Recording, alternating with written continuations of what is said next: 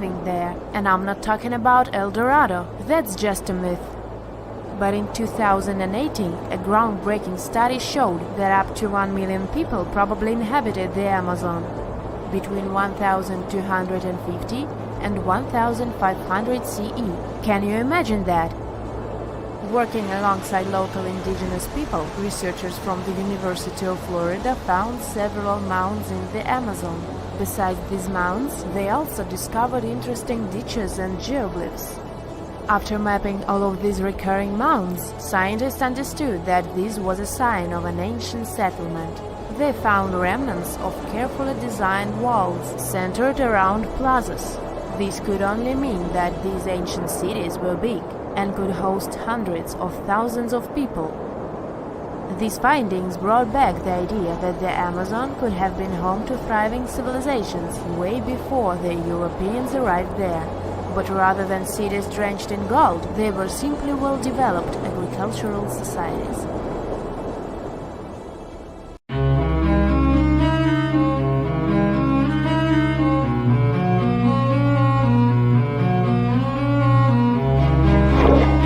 Question for you. Do you think Atlantis could be real? It remains as one of history's greatest mysteries. The legend began with Plato, all the way back in ancient Greece. The tale of a civilization that formed and prospered before our own. Atlantis was supposedly a highly technological society, much like the Mayans. But, as the legend says, due to the people's greed, they were punished by a flood that destroyed and submerged their cities. Different theories try to guess Atlantis' location. Some say it was in the Mediterranean Sea. Some say it's beneath the Bermuda Triangle.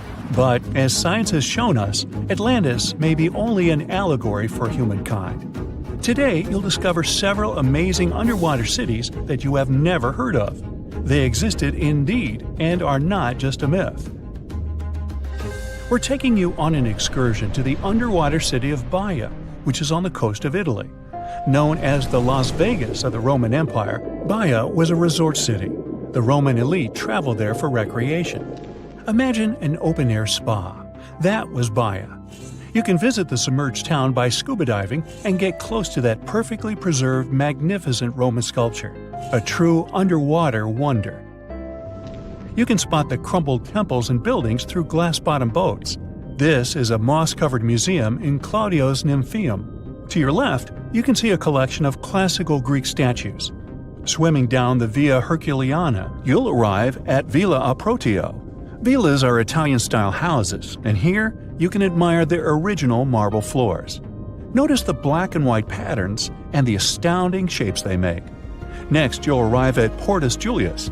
Can you see the collapsing wall structures at the bottom of the seafloor? You'll see well-preserved columns and limestone floors. Behold the ruins of the thermal baths of Lacus. The remaining multicolored mosaics are something great to see. You'll see their orange, blue, and green tiles if you get close enough. At Pisoni's Villa Pila, you'll see 25 preserved Roman pillars. Notice the arches, the frescoes nearby, and the magnitude of this well-kept treasure. The city was located over natural volcanic vents, so there were hot springs to be used at will. People went there looking to have an excellent time. And when I say people, I mean some of the great Roman emperors we learn about in school: Nero, Cicero, Caesar. But around the 8th century, the city was sacked and the luxurious town was abandoned. Slowly, the water level rose and the city started to drown. You are on a summer vacation off the coast of Greece, 4 hours outside of Athens, in the Peloponnese Peninsula on Pavlopetri. You dust off your snorkel and head for a free dive on a bright sunny day. Sometime into the dive, you start noticing patterns on the seabed. 13 feet below the surface, the outline of familiar objects starts to appear, one by one. As you continue swimming, what looks like the outline of an entire city emerges before your eyes.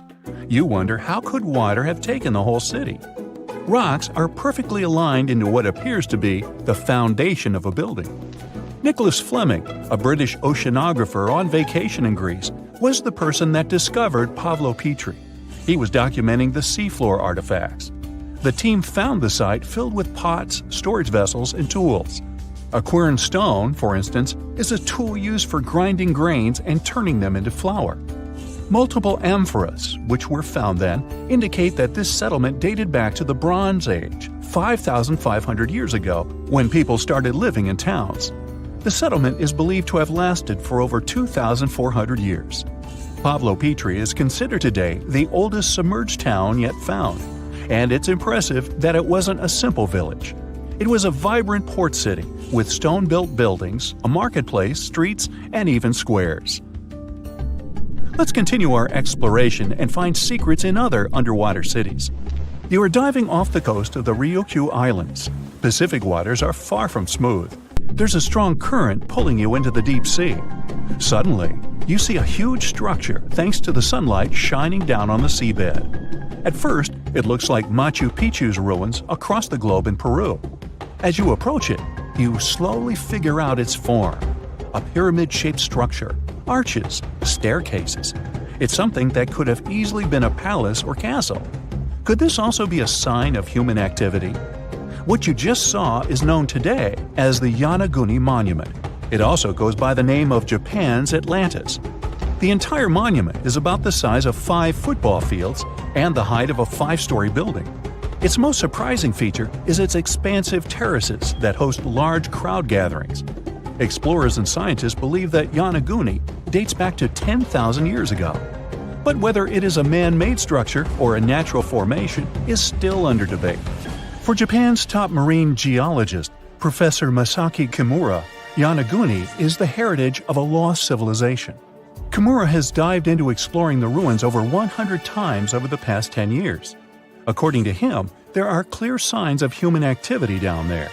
The Triangle Pool, located on the monument's surface, is a triangle-shaped concave that is a historical symbol of water fountains in the region. There is also a giant turtle carved on the eastern side of the structure. And according to Kimura, turtles have an important cultural meaning. Several pieces of stone tools have been recovered from the site. Their estimated age dates back to 10,000 years ago. However, not all scientists are convinced of the same. For many, Yonaguni is the result of thousands of years of erosion. The fact that the monument is composed of one massive rock leads them to believe that it is not human-made. The defined edges and flat surfaces resemble a natural formation occurrence in Northern Ireland, known as Giant's Causeway. A series of interlocking basalt columns look like the ruins of a palace, but they were the result of volcanic activity in the region. Well, stay tuned for more underwater discoveries. The next stop on our voyage is one of today's most famous underwater cities that has turned into an underwater archaeological park. The city of Port Royal in Jamaica exists today only below the surface. But in 1692, it was one of the wealthiest cities in the Western Hemisphere. Port Royal was the center of the British Empire at the time, and an important trade city that attracted people from all over. It was also home to real-life pirates of the Caribbean. On the morning of June 7, 1692, the people of Port Royal met a different fate than they probably expected. The bars and restaurants beaming with life woke up shaking. People were taken out of bed with the power of a massive earthquake, estimated today at 7.5 on the Richter scale. One survivor says he saw the earth opening up and swallowing the town whole. What he said could be true, as the city was mainly built over sand. The ground sucked buildings, roads, and everyone above. Geysers erupted, and finally, waves as big as 10-story-high buildings hit the city. About 33 acres of the city disappeared underwater, and amazingly, most of its 17th century remains lie in good condition under 40 feet of water. In the ruins, archaeologists have found taverns, storage rooms, kitchens, and recreational buildings used for diverse purposes. You can see a grand lion statue, a submerged bridge, and many picturesque arches. Now, do you fancy a trip to India? Just outside its coast lies another sunken marvel.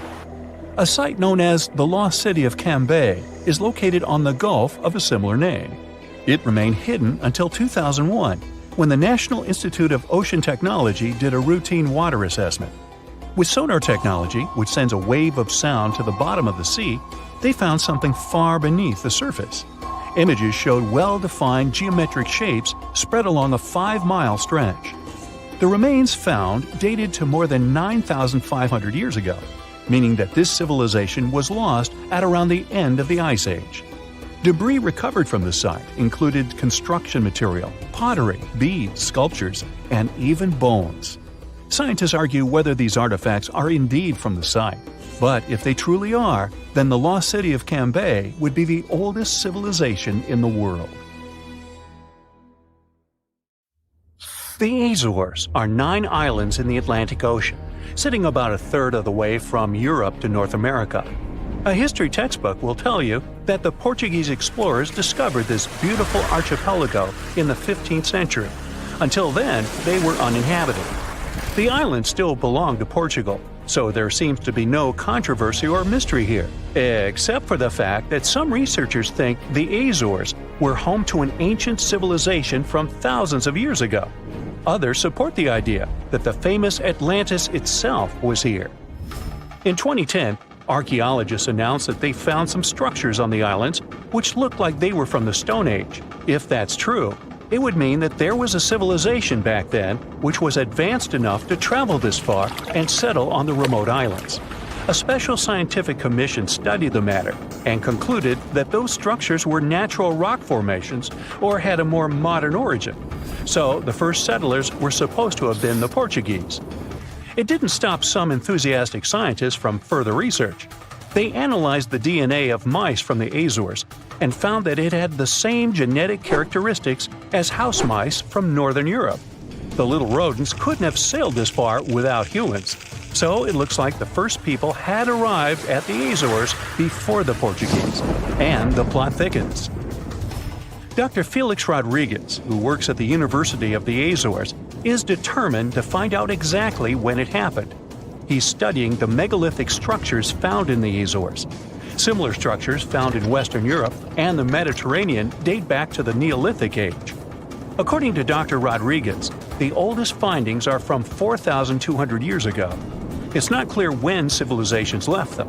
The professor identified 7 megalithic structures in one complex as dolmens for the deceased. The cavities are all cylindrical in shape and definitely don't look like a natural formation. The material from the cavities turned out to be at least 2,500 years old. There are also some pieces of ceramics that seem to be even older. It looks like the rocks in the area had been lifted. You can see it by the small waves left by lava. It's thick and sticky, so it can't leave vertical marks. Someone must have moved the rock from its horizontal position. Another interesting finding is some stone anchors with holes found by the sea. Similar ones were used in the Mediterranean and on the Atlantic coast of Europe, dating back to 1000 and 2000 BCE.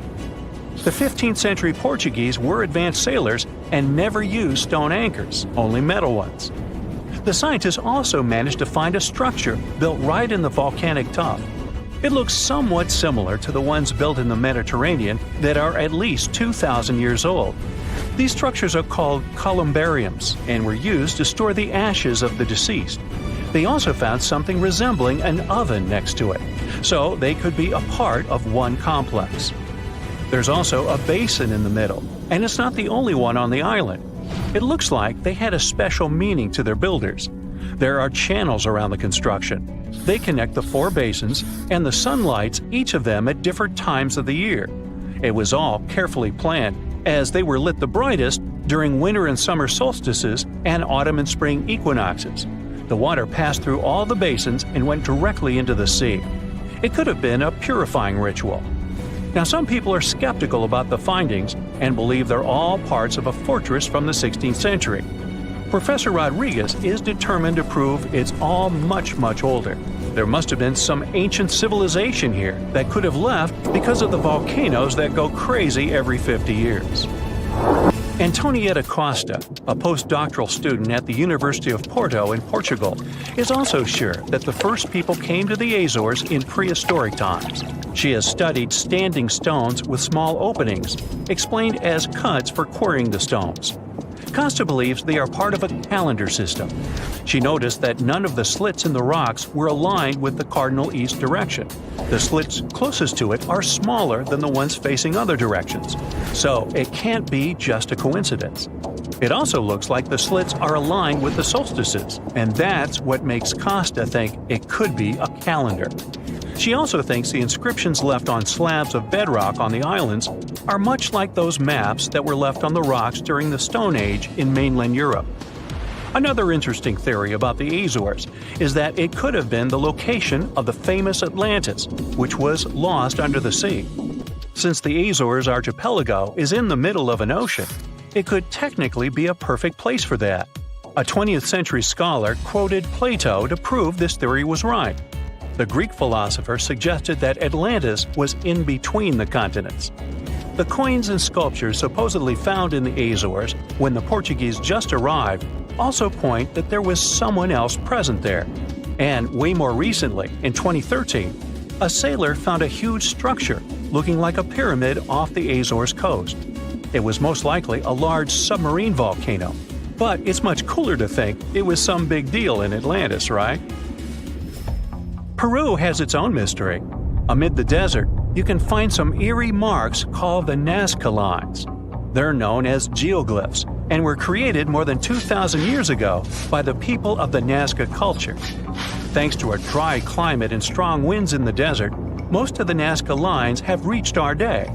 To create them, Nasca people removed the top layer of the pebbles and revealed the soil beneath the ground. The color of the soil changes from reddish-brown to yellowish-gray, so the lines always look different. Most of the geoglyphs depict plants and animals. You can clearly see a monkey, a whale, a condor, a hummingbird, a spider, various flowers, trees, and other plants. There are also some geometric shapes, such as triangles, trapezoids, and spirals. Since they were discovered in the 1920s, scientists have offered different explanations for the lines. Some say that in Nasca culture, people ascribe special significance to these motifs, so they probably created these shapes for deities in the sky to see. Others believe they were a sort of astronomical calendar, and animal sketches were modeled after groups of stars. This theory was proved wrong, so the purpose of the lines remains a mystery. Another place that leaves many questions is Nemrut Mountain in Turkey. This mountain has a complex of monuments with temples and tombs. It was built by the Kingdom of Commagene, which ruled here around the 1st century BCE. There are statues of King Antiochus, 2 lions, 2 eagles, Zeus, Hercules, and Apollo. Archaeologists found the ruins of this complex at the end of the 19th century. They thought it had been built by the Assyrians. Then, some of the most famous scientists of the time came here and found an inscription in Greek. It had details about the sculptures and the names of important members of the Commagene royal family. It looked like it had been put there for future visitors. The scientists established that the statues used to be full-size figures. Changes in temperature, strong winds, snow, and the bright sun didn't leave them a chance to last in all their original glory.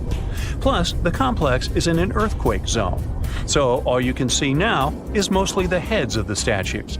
They look incredibly complex and large for their time. The biggest question is, how did the people who lived thousands of years ago manage to create such huge sculptures on top of the mountain? It's obvious that they worked on shaping the limestone blocks up there and not on the ground. So, stay tuned. We'll keep an eye on this. During the early 1920s, the world was mesmerized by King Tut. A British archaeologist, Howard Carter, discovered the young pharaoh's tomb in Egypt's Valley of the Kings, 1922. But the public wasn't only interested in gold and jewelry. The press wrote about the curse of the pharaohs, but was it true? Was an ancient curse really the reason everyone entering the pyramids lost their lives? At the time, this was the only explanation for a series of unexplained passings. The man present at the opening of King Tut's burial chamber, George Herbert V, Earl of Carnarvon, lived only 5 more months after the discovery. He had also sponsored the dig. In comes Sir Arthur Conan Doyle. You probably know of him, the English writer behind Sherlock Holmes. He claimed that an evil elemental caused the explorer's demise. He must have been joking, right? Unfortunately, no. The newspapers continued to blame the pharaoh's curse after every Egyptologist left this world. These are the scientists who study the ancient cultures of Egypt. The archaeologist who opened King Tutankhamun's tomb passed away full 17 years after the discovery. The reason for it wasn't a secret: Hodgkin's disease. Yet again, journalists around the world wrote of a curse. This was getting ridiculous. But science must have had a rational explanation, right? Well, it did. And that explanation was common mold. Harmful fungi, Aspergillus, can survive for ages in sealed tombs. When humans inhale them, there's a high risk of infection in people who have a weakened immune system. Today, doctors believe this is what happened to the unfortunate explorer more than a century ago. Scientists now know that this type of fungi grows especially well on grain. And King Tut's tomb was full of offerings in the form of baskets full of raw grain and bread. Researchers discovered other varieties of fungi on ancient Egyptian mummies. These molds can easily cause some nasty consequences for humans. The danger of rotting organic material is real. Just look inside your fridge. Any food leftovers you have there start to go off after just 3 to 4 days. You can imagine what happens to food in a sealed chamber after thousands of years. Food is just one kind of organic material. There is also wood. If you expose it to water or even moisture in the air, it starts to deteriorate. You don't have to travel to Egypt to see the effects of this process. Any abandoned building in your neighborhood can serve as an example. When a piece of wood gets wet and has no way of drying out, there is going to be damage. From fungi to wood-boring insects, the list is long. Rotten wood presents a huge structural issue. Beams and floor panels are all made of timber, so you better not go inside a failing building. You can easily lose your footing. But this is just the tip of the iceberg. The building materials since the time of the pharaohs have changed, but so have the dangers. One of the best examples is asbestos. Until the 1970s, most home insulation materials contained this substance. It was in everything, from boilers to soundproofing. This microfiber provided excellent heat insulation. But then, the United States banned asbestos in 1989. The UK did the same a decade later. The reason for it is that asbestos becomes a health hazard when it gets damaged.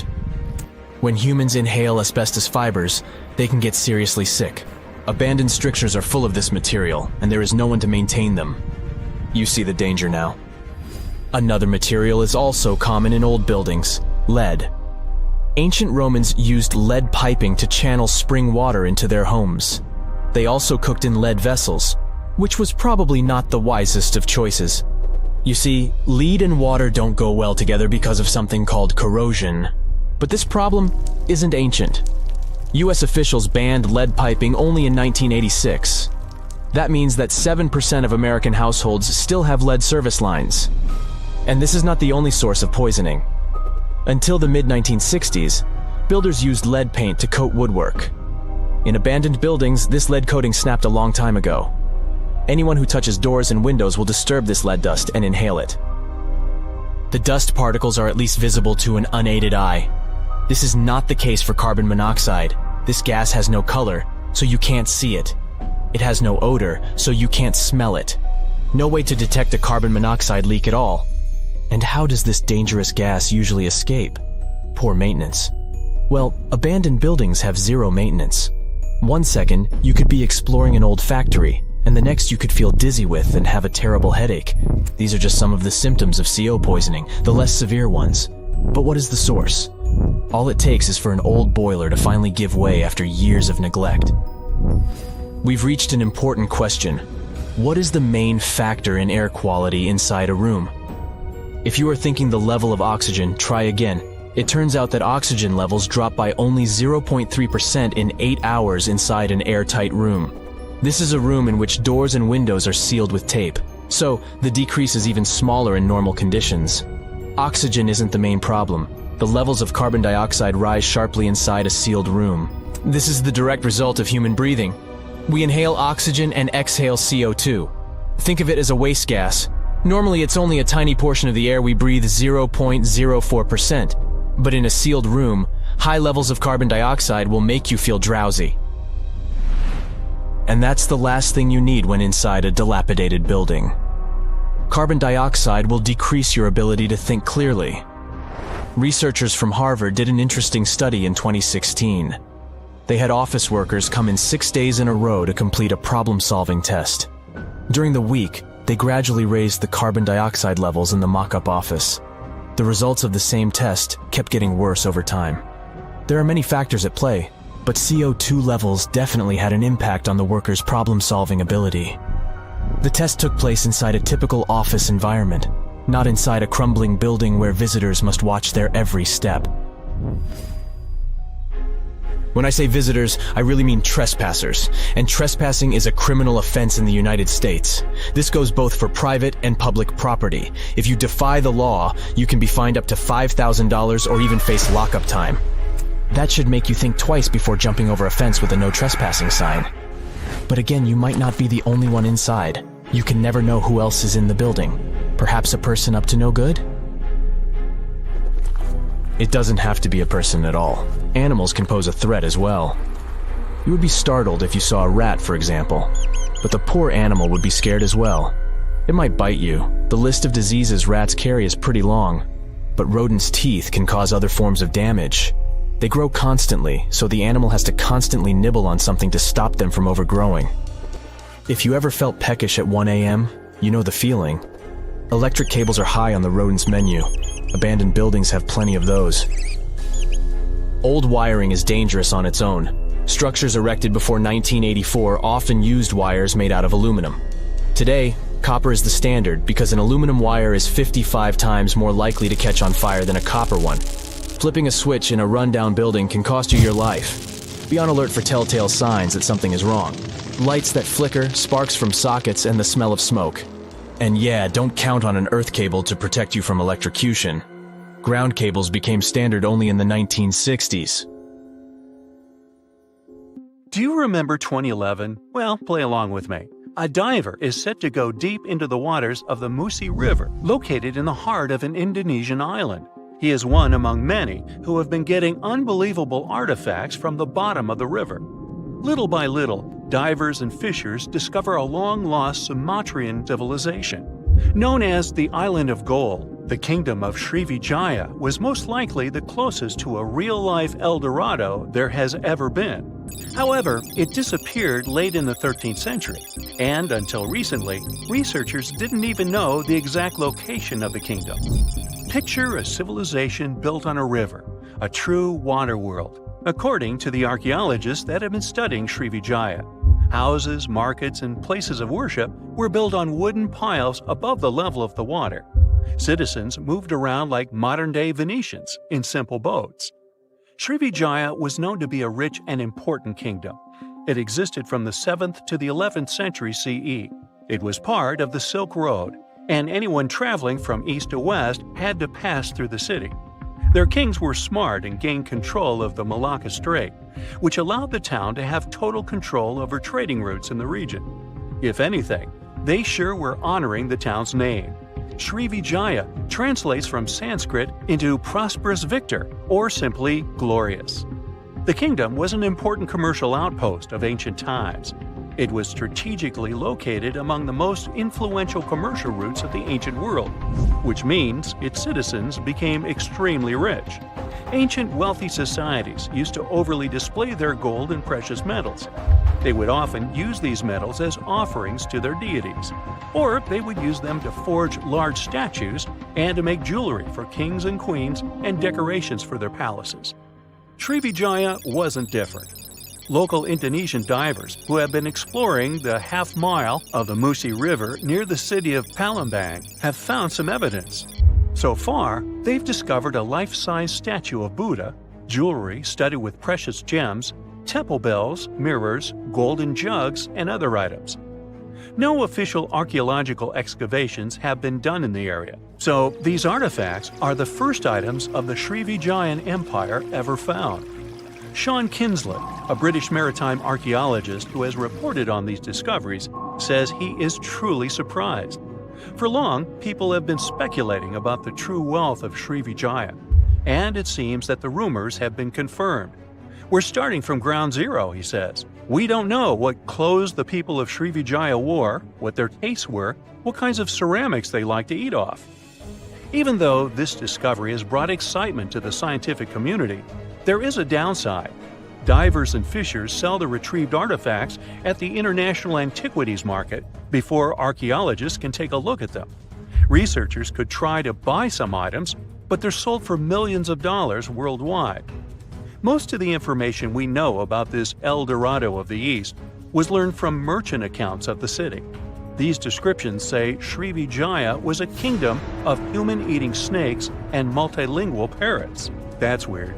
Some say its active volcanoes gave the town an eerie and enigmatic sight, and all stories emphasize the amount of gold available there.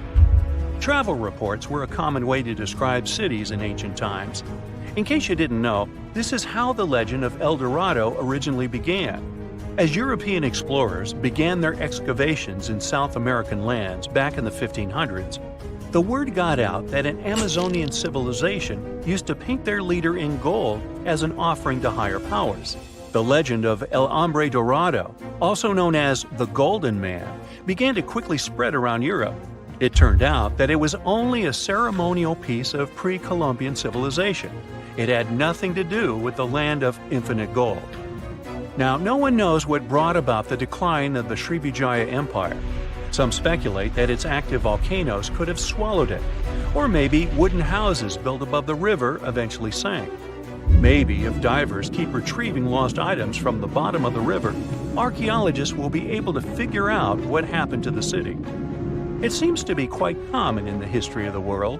Some ancient civilizations disappeared without a trace, as happened with the Mayan civilization, for example. The Mayans managed to build one of the biggest empires in pre-Columbian America. It was believed to be home to over 2 million people, and it thrived for over 6 centuries. Its sudden demise is something that bothers archaeologists and scientists alike. The Mayans began to settle in South America as early as 1500 BCE. Their civilization spanned Mexico's Yucatan Peninsula, Guatemala, and Belize.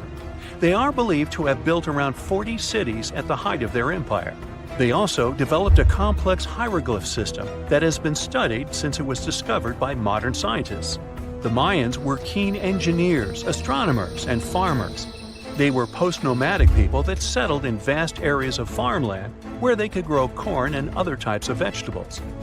Archaeologists are still learning a lot about the Mayan civilization by examining their ruins. The city of Chichen Itza, located in the Yucatan Peninsula, is one of the most important Mayan sites unearthed today. The site is made up of a total of 26 ruins, and it is home to a world-famous pyramid known as El Castillo. It consists of a series of square terraces with stairways on each of the 4 sides of the temple. It was built as an homage to a feathered serpent deity. The Mayans were such architectural geniuses that they managed to build a pyramid that cast a particular shadow. More specifically, in the late afternoon during the spring and fall equinoxes, the pyramid casts several triangular shadows that create the illusion of a feathered serpent crawling down the pyramid. And they created this with none of the tech we have today. The city is so amazing that since 2007, it has been considered one of the 7 wonders of the New World. The Mayan Empire thrived for over 6 centuries due to their wise resource management system and astronomical knowledge. They were able to accurately predict eclipses, and using their rudimentary technology, could even locate Venus and Mars. They had everything to thrive for much longer than they actually did. This is why the Mayans' fall intrigues modern scientists so much. No one has been able to understand completely what led to their demise. That is, until a recent discovery. A study done by Nasca claims it can explain what might have happened. Scientists have uncovered a sample of pollen trapped for over 1,200 years in ancient layers of lake sediment, which dates back to the time just before the collapse of the civilization. The analysis has revealed something completely new about the Mayans. Instead of the suspected claims that the Mayans disappeared due to terrible disease or some extended conflict in the region, it could have happened due to deforestation. Perhaps to build their entire empire, they had to cut a lot of trees. Without trees, their soil could have eroded, and all their fertile lands could have slowly and gradually become barren. According to NASA scientists, the temperatures in the region could have risen by about 6 degrees, and from that point on, the land would have become even drier and crops more difficult to grow. Basically, NASA says that the Mayans couldn't do the sole thing that made them thrive, which was agriculture, and their kingdom began to decline. Oh yeah, and this theory was supported by yet another find. Archaeologists found skeletons from the time of the empire. Those had prominent signs of malnutrition. This theory might really shed new light on Mayan history. It could explain what brought down such a powerful civilization. So, what do you say? Which theory is true? Have we actually managed to find out the reason for the fall of the Mayan Empire? We've all been afraid of the dark at some point in our lives, haven't we? I mean, do you remember getting tucked into bed by your mom or dad after they read you some scary fairy tale with monsters and dragons or even dinosaurs? But just as your parents were about to turn the lights off and silently step out of your room, you remembered. What if there was something hiding under your bed? Or worse, what if some spooky creature was stuck somewhere in the closet? You could probably get up and check, but it was too dark out there. Wouldn't it be great to have some source of light that would come from within your body? You could always use it whenever you get surrounded by darkness. Unfortunately, as humans, we aren't able to do that. But there are a bunch of creatures out there that can, in fact, light themselves up. That's thanks to a little something scientists call bioluminescence. Animals and fish living in the ocean tend to have this talent more often than others. And you can find these creatures anywhere, close to the surface or deep down at the bottom. 2.5 miles deep if you have a knack for numbers. These creatures use their light for a lot of things, like communicating with other members of their species, luring in prey, and even scaring away enemies. Bioluminescence is basically an organism's ability to emit its own light. Chemistry has a lot to do with it. Such animals use two chemicals, one called luciferin and the other called luciferase. Add a bit of oxygen and bam! Light! Should you ever wonder if you actually observe bioluminescence or if someone just dropped a glow stick in the ocean, be on the lookout for neon blue, green, or even red sparkles in the sea. They're usually spread over a large area. This can even make the water look like glitter or a starry sky. You can thank squid, tiny crustaceans, and algae for this romantic atmosphere. Now, I've got another unusual phenomenon for you. How about a golden waterfall? I'm not kidding, it actually exists, and it's a natural phenomenon. To see it, you have to drive to Yosemite National Park to the Horsetail Fall. Make sure to plan your trip in winter or early spring. That's the only time during the year when you can see this awesome phenomenon. It doesn't need any scientific explanation. It's nothing more than sunlight at dusk hitting the waterfall in such a unique way that it makes it look like a river of lava. Or gold, your choice. That's the reason why during this time of year, the Horsetail Fall is also named the Fire Fall. Unfortunately, this phenomenon is becoming less and less visible within the years, mostly because of drought and other issues connecting with the melting of snow. So, should you ever decide to visit, keep an eye on the waterfall since the effect is very brief. Ever heard of a dirty thunderstorm? It's also called volcanic lightning. Apparently, specialists looking into the phenomenon have yet to fully grasp what it is. When a regular thunderstorm happens, particles with positive and negative charges collide, hence the giant spark we call lightning. It also makes a lot of noise, which you can recognize as thunder. But when a volcano is erupting, some of the volcanic ash particles get electrically charged, and while getting projected into the air with a huge force, they collide and cause electrical discharges. This whole process makes it look like there's lightning coming from the volcano itself. Imagine all that ash, gas, and smoke coming from the crater, and then add some electricity to the mix. It'll make the whole picture look really bizarre. No wonder this phenomenon is called the dirty thunderstorm. Now, how about clouds that look like waves? Those are called asperitas clouds, and they're actually quite close to the ground, unlike your regular day-to-day clouds. The name comes from the word aspero, which in Latin translates to rough or uneven. On rare occasion, you may spot such clouds when the weather is calm, but they're mostly associated with thunderstorms. These clouds appear during unstable atmospheric conditions, and surprisingly, they don't produce rain. Even though they do resemble dark storm-like clouds, they also create random patterns, tricking your eyes into thinking you're looking at the surface of the sea from under the water. Another impressive kind of cloud is called mammatus clouds. What makes them so special is a series of bulges emerging from the base of each cloud. One such cloud enters a level in the atmosphere where the wind direction changes. You can see these wave-like patterns in the sky. Australia is the place for you if you like surfing, but not all the waves you can catch there are made of water. Near a town called Hayden, there's a mysterious wave made out of rocks. This granite formation supposedly dates back to 2.63 billion years ago. That's way before dinosaurs started hanging around the planet. Standing at 49 feet high and 360 feet long, the wave was formed as a result of two processes: weathering and erosion. There's softer sediment at the base of the wave rock, which was chemically weathered by groundwater. Winds and rain did the rest of the job, causing the erosion of the rest of the formation. Its red, yellow, and gray stripes are made of iron hydroxide, carbonates, and other chemical compounds that were washed down by the rain. You've made it to Australia, so stick around a bit more. There's one more location here that seems unreal. You'll need to fly over this one, however, if you want the best picture. In the western part of the country, surrounded by green woodlands, there's a series of lakes. They're all a staggering shade of bright pink. Out of them all, the most famous is Lake Hillier, a 2,000-foot-long reservoir. It's surrounded by both sand and a forest of eucalyptus trees. This makes the cartoon-like hue of the lake stand out even more. One of the many theories explaining the color of these mysterious lakes is connected with algae. These algae appear to gather high levels of a substance called beta-carotene, which has a red-orange pigment in it. Another explanation involves haloarchaea. Those are microorganisms that sometimes look red.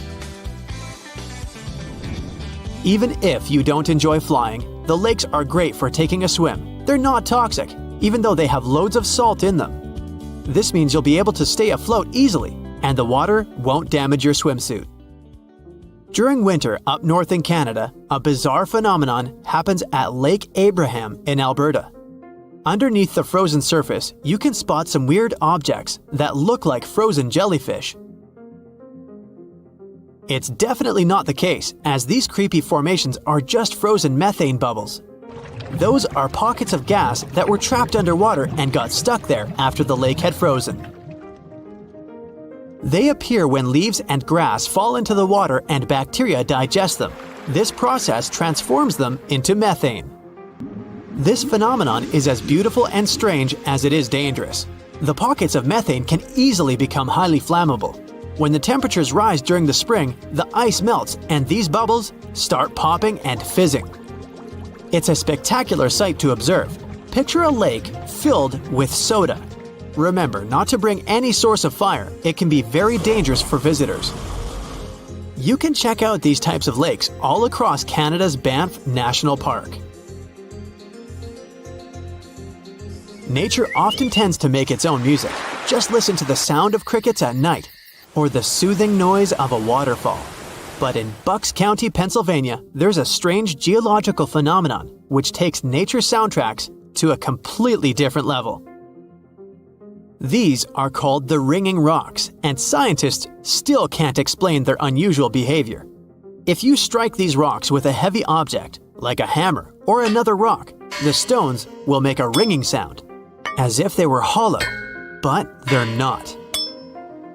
What makes the ringing rocks even more bizarre, apart from the mysterious sound they make, is that no animal wants to hang around there. Even though the rocks are surrounded by a thick forest, scientists haven't managed to trace any animal activity in the area yet. Even more striking is the fact that despite all the trees around the rocks, you won't find any leaves lying on the boulders. What makes these rocks so unappealing for both animals and vegetation is still up for debate. A piece of whale rib has recently been found in a North Carolina mine. Not a big deal, some might think, Hey, why can't a whale be a minor, right? But this fragment offers scientists a unique glimpse at the interactions between prehistoric sharks and whales from around 3 to 4 million years ago. The thing is, 3 tooth marks embellish the rib. That means that the whale was once badly bitten by an animal with a super powerful jaw. Judging by the spacing between the tooth marks, and it reaches almost 2.5 inches. This animal could be a mega-toothed shark. I'm talking about the megalodon. Or it could be a different shark species which was around at that time. The curvature of the shark's jaw shows that the animal was relatively small, between 13 and 20 feet long. Yeah, small. As for the whale, it seems to be the ancestor of a great blue or humpback whale. Researchers are amazed. You don't usually expect to find evidence of animal interaction and behavior preserved in the fossil record. After examining the sample carefully, they concluded that the shark must have gone away with a mouthful, but the whale had survived because most of the fossil fragment is covered with what is known as woven bone. It quickly forms in response to localized infection. Such bone isn't particularly strong, and later the body remodels it into compact bone tissue. But it takes time. The presence of this bone means that the healing was incomplete and the whale passed away 2 to 6 weeks after the unfortunate encounter. On the other hand, its demise could have been unrelated to the infection and injury. Only a handful of fossils show such kinds of interactions between ancient animals. You can often find bite marks on fossils indicating where the animal passed away and its carcass was scavenged. But this fossil is one of a few examples that not only show a wound inflicted by another animal, but also demonstrate that the prey survived. All fossils are exciting for paleontologists. Yes, they need to get out more. But some might look terrifying to regular people. For example, look at this picture of tentacle arms and octagonal-shaped heads. When it first appeared in mass media, internet users claimed that it was some ancient organism that had come from space. Others thought the story was fake, but in fact, both the picture and the fossil are real. The fossil is known as a mortality plate, a fossilized representation of a mass extinction event of one or several species. The fossil actually contains more than a dozen specimens of a type of marine organism called a crinoid. Despite their looks, crinoids were not plants but marine animals. This particular species lived deep underwater on the seafloor. Crinoids were related to starfish, sea urchins, and brittle stars. These creatures could attach themselves to the seafloor with stalks made up of flexible porous discs connected by soft tissue. The stalks were hollow, and that's where the animal's nervous system was located. Crinoids absorbed oxygen through thin-walled tube feet. The creatures usually reached the length of more than 8 inches and had 5 arms lined with leathery-looking tentacle-like structures. They fed on plankton and sloughed off organic material. Now, even though these fossil finds seem to be super exciting, few creatures in the fossil record confuse scientists as much as the Tully monster. This curious sea creature sported a toothy, trunk-like snout and eyes splayed out on a rigid rod. But the most bizarre thing? It has been impossible to classify. Researchers have been considering a variety of organisms, for example, segmented worms, swimming slugs, and primitive eel-like creatures, since the monster was discovered in 1966. Recently, they have even tried to connect it to some species of jawless fish with a backbone-like structure. A team of scientists from Japan has used high-resolution laser scanners to examine the anatomy of Tully monster fossils in 3D. They concluded that the enigmatic fossil might be an invertebrate after all, and still, the true identity of the creature remains elusive. In the 1950s, amateur fossil hunter Francis Tully found a ghostly imprint of a torpedo-shaped organism with a huge tail fin in the Mizon Creek fossil beds in Illinois. Tully had never seen anything similar to the torpedo structure. He took his find to Chicago's Field Museum of Natural History. Paleontologists working there were baffled as well. Since then, scientists haven't been able to determine where the creature fits on the phylogenetic family tree, or where they should spend Thanksgiving. In 1741, an explorer and captain named Vitus Johansen Bering led an expedition to map the coast of Alaska. The ship he was on got shipwrecked on what later became known as Bering Island, and they got hungry. Half the crew survived thanks to the discovery of an extremely large sea cow. With the meat of these animals nourishing them, the sailors managed to build a small ship from the wreckage and return home. On their way back, a scientist who was among them spent his time documenting the animals and plants they had found. The sea cow was particularly interesting because without it, the crew wouldn't have survived. These animals were more than 26 feet long and weighed around 10 tons. All sea cows are member of the order Sirenia, marine mammals more closely related to elephants than cows. The scientists described them as having black skin, a small head, and stubby forelimbs. Those sea cows floated on the water's surface, munching on kelp. After the information about these animals became widespread, sea otter fur trading expeditions made use of that convenient depot en route. Sea cows were docile and could be easily hunted. Long story short, within 27 years after the scientists mentioned those animals, they were driven to extinction. But it's not the saddest part. The fossil record reveals a much deeper and darker history. Fossils of sea cows have been discovered all over the world, from Japan to Mexico. It means that the animal once thrived in the vast kelp beds around the entire North Pacific Rim. That small population discovered by the expedition was probably the last remains of a once much larger and way healthier population. More likely, Aboriginal hunting had already reduced the numbers of these animals to near extinction levels, and the final blow came from Western hunters. The living close relatives of those ancient sea cows are rarely hunted today. Still, they're under threat of extinction themselves. To some, this amazing fossil might look a bit disturbing. Slaves' lentils are fossils that belong to animals called Nummulites. They lived and thrived in a warm, shallow sea covering part of Egypt around 40 million years ago. The name Nummulites hints at the fact that larger specimens resemble coins, and in Egyptian folklore, they're even referred to as angel's money. These creatures have a simple, single-celled structure, which contrasts with their super intricate skeleton. Look at this series of spiral overlapping whorls. Each whorl is divided into countless tiny chambers. Nummulites can grow to be 4 inches in diameter, and still, they are the fossils of single-celled animals related to amoeba. How and why did they grow to be so large? The reason could be their symbiotic relationships with other smaller organisms. In the case of modern species, such symbionts are tiny golden-brown single-celled algae called diatoms. The shells of Nummulites are relatively transparent, and since they're flat, there's a large surface area for the light needed for the diatoms to photosynthesize. For some reasons, scientists are still debating about them. The presence of plant symbionts in animals dwelling in the sea encourages the growth of a calcareous skeleton in hosts. So, the gigantic size of the Nummulites in Egypt could be due to their close relationship with symbiotic diatoms. Does that make sense? Fun fact: a species of Nummulites evolve very fast, and their fossils change from one layer of sediments to the next. So, the limestone used for the pyramids of Giza are so packed with such fossils that it's known as Nummulitic limestone.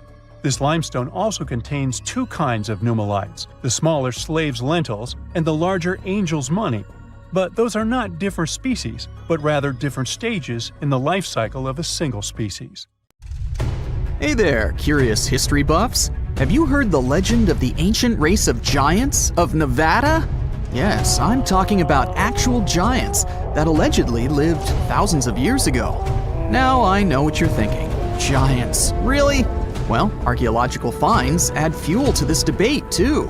And here's where it gets interesting. Lovelock Cave was indeed used as a burial site, and some of the remains found there are much larger than average human bones. The cave is by the Humboldt Sink in western Nevada. It was once part of an enormous lake, which eventually dried up, leaving a number of smaller ones, including the Humboldt Sink. The cave became the home of the Site-Ka tribe. According to the legend, these red-haired giants were so big that they had to be buried in the cave itself. Indeed, later on, archaeologists discovered 8 to 10 foot tall skeletons. This legend started to unfold when a mining engineer named John T. Reed talked to the locals in 1886. Once Reed saw the cave, he knew he was onto something. The news spread soon, but the cave was attracting another type of attention too: The deposits of a fertilizer known as guano were discovered inside the cave. So, a mining company began excavating the precious resource in 1911 and soon shipped more than 250 tons of the fertilizer to San Francisco. Unfortunately, some of the human remains and artifacts were neglected and lost in the mining process. This led to an official excavation in 1912 and 1924. After the top layer of guano had been mined, strange objects started to surface. Around the area, the earliest evidence of human habitation dates back about 4,000 years.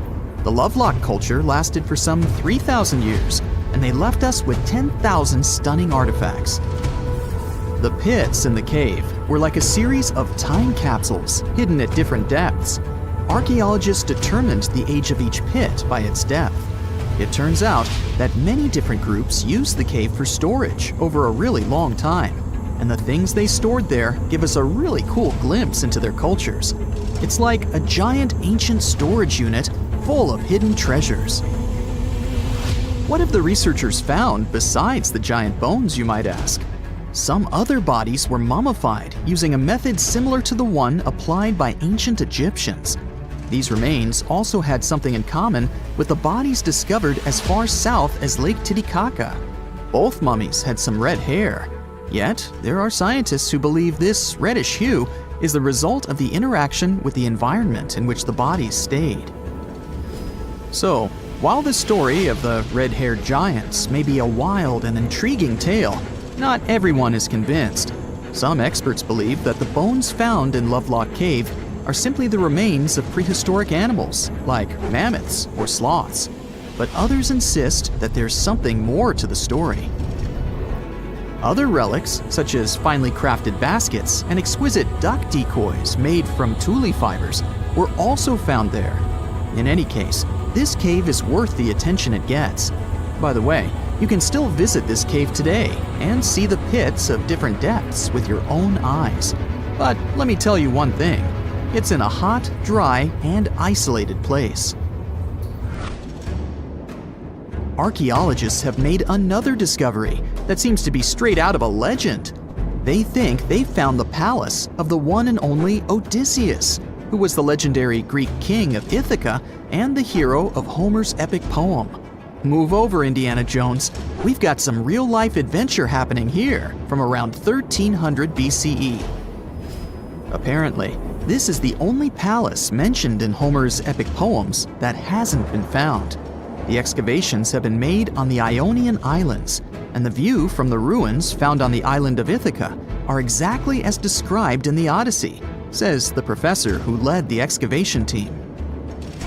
Known to the ancient Romans as Ulysses, the Greek hero took 10 years to return home to Ithaca after the fall of Troy. For many years, Homer's other epic, called the Iliad, which tells the story of the protracted siege of Troy by the Greeks, was regarded as a myth too. But then, in the 1870s, Troy was rediscovered in modern-day Turkey's Çanakkale city.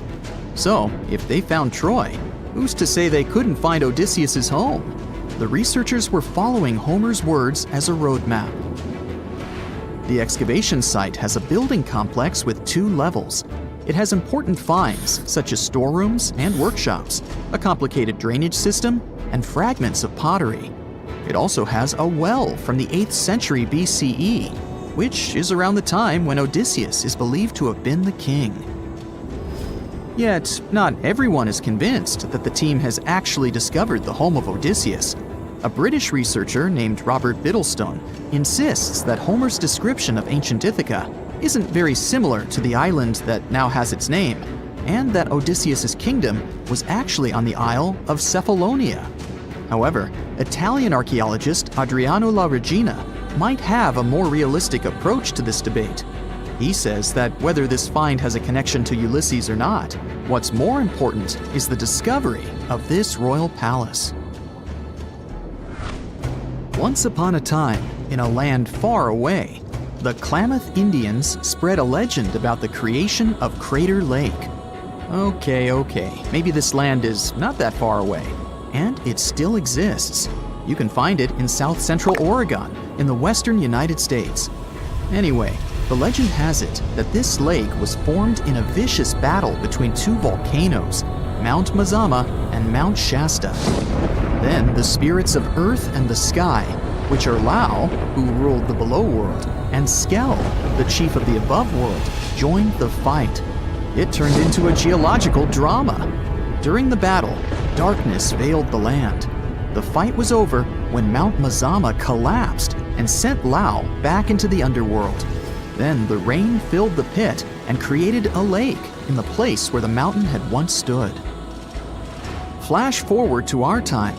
Scientists have discovered that Mount Mazama did erupt 7,700 years ago. Artifacts found in the area prove that the legend indeed contains some details about the explosion. The tale says that red-hot rocks were flying through the sky. This happened during the volcanic eruption that caused the mountain to collapse. This created the volcanic caldera, which later on got filled with water. What makes this legend came true story unusual is how long it has existed. According to researchers, these types of verbal stories lose their credibility within 600 to 700 years. That's why the legend about the creation of Crater Lake is so unique. So many generations, for hundreds of years, have been accurately passing down the information. This volcanic crater lake is now in a national park. It's famous for its deep blue color. The water in it is extremely clear. If you visit it today, the water you'll see won't be the same as for someone who will visit the place 250 years later. Because there are no rivers flowing into or out of the lake, the existing water evaporates and the lake gets filled again by rain and snowfall. Basically, every 250 years, the water is replaced. Plus, this lake is almost 2,000 feet deep, which makes it the deepest lake in the United States. Swimming is okay in the lake, but there's only one legal and safe trail to get to the shore. There are other activities, such as fishing and boat tours. Shared human experiences, such as birth, marriage, and aging, may explain why certain tales are shared globally. Similar struggles and obstacles faced by humans around the world generate similar themes in traditional stories about love, parenting, and mortality. So, do you have legends or tales you've heard of from your grandparents? Who knows? Maybe your ancestors too witnessed a cool historical event. You know, scientists make discoveries that change the world, but even they can face mysteries. Here are 10 things that have baffled scientists. Imagine that you constantly hear a low-frequency hum, and no one can trace its source. Roughly 4% of the world's population hears the hum. It's a geography-free sound.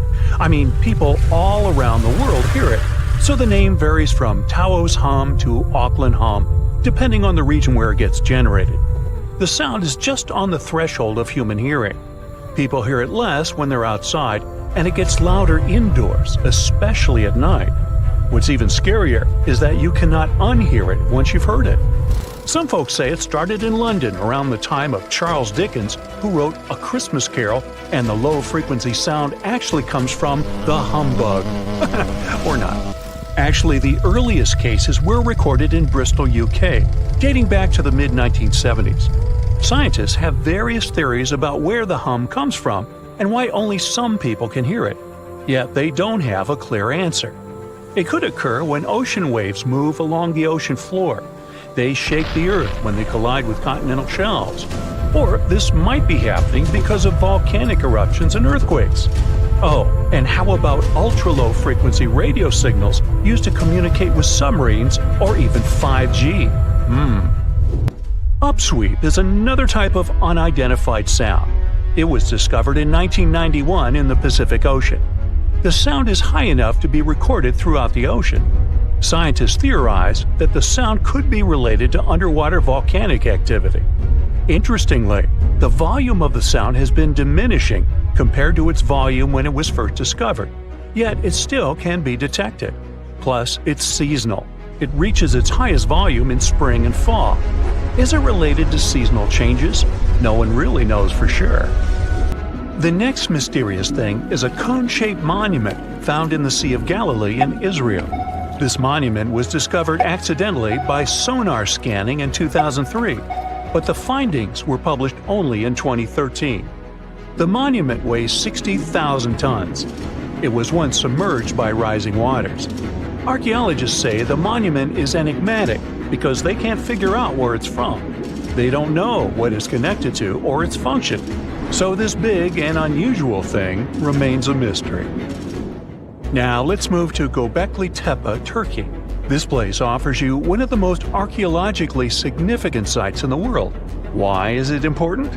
Well, it has massive carved stones about 11,000 years old.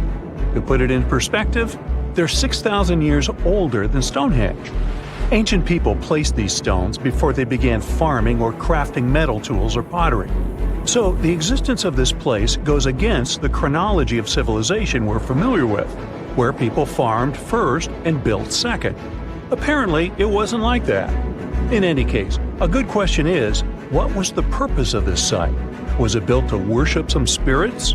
Yep, archaeologists believe it might be the world's oldest temple. Okay, say this with me. Paleodictyon nodosum. Yeah, I know it sounds like a chemical formula. This is a living fossil found deep down on the ocean floor.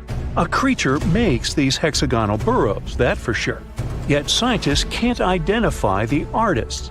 Now, what do I mean by living fossil? Well, Paleodictyon nodosum is a creature believed to produce a burrow nearly identical to Paleodictyon fossils. Is it a worm-like animal that made them? Scientists don't know. One thing is clear, this isn't some random stuff created by geological forces. Now, speaking of fossils, take a look at this giant one. Its informal name is Godzilius.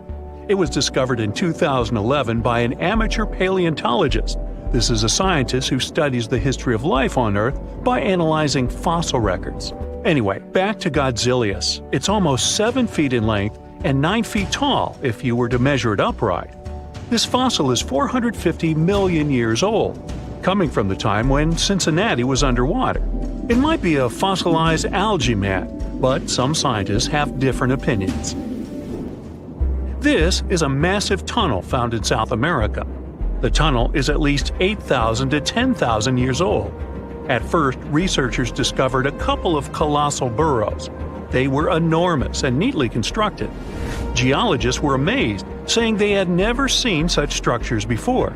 There's no known geologic process to explain their formation.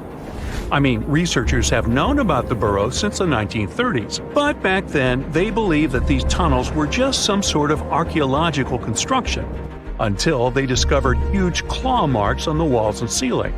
They reasoned that some extinct species could be the ones to have left these marks. Many geologists strongly believe they found the burrows of giant ground sloths and armadillos. The structure is the largest known burrow from the Paleolithic age in the Amazon. Yet experts have many questions. How come such a deliberate-looking structure could form naturally? A researcher then discovered another strange cave. This one was hundreds of miles away from the massive tunnel. Fast forward, there are now more than 1,500 burrows from the Paleolithic age found in Brazil. What's even more interesting is that some of these caves are connected to tunnels that sometimes lead to chambers. I'll continue with a natural phenomenon. What if I told you that every year, especially in October, fireballs appear on the Mekong River in Thailand? According to legends, Naga fireballs are a call for Buddha to return to Earth, and river serpents are the ones making these calls. Well, that's a myth, but what does science say about it? Is it related to a flammable gas? There are no clear answers yet. These fireballs appear to rise from the water. They can go as high as almost 990 feet. They're like fireworks, disappearing rapidly. They typically glow with a reddish or orange color. I'll mention some legends too, because why not? They're thrilling. And inventors and philosophers have been searching for the lost world. Could Bimini Road be a trace? In 1968, a diver found strange stones off the coast of North Bimini Island in the Bahamas. The stones look human-made.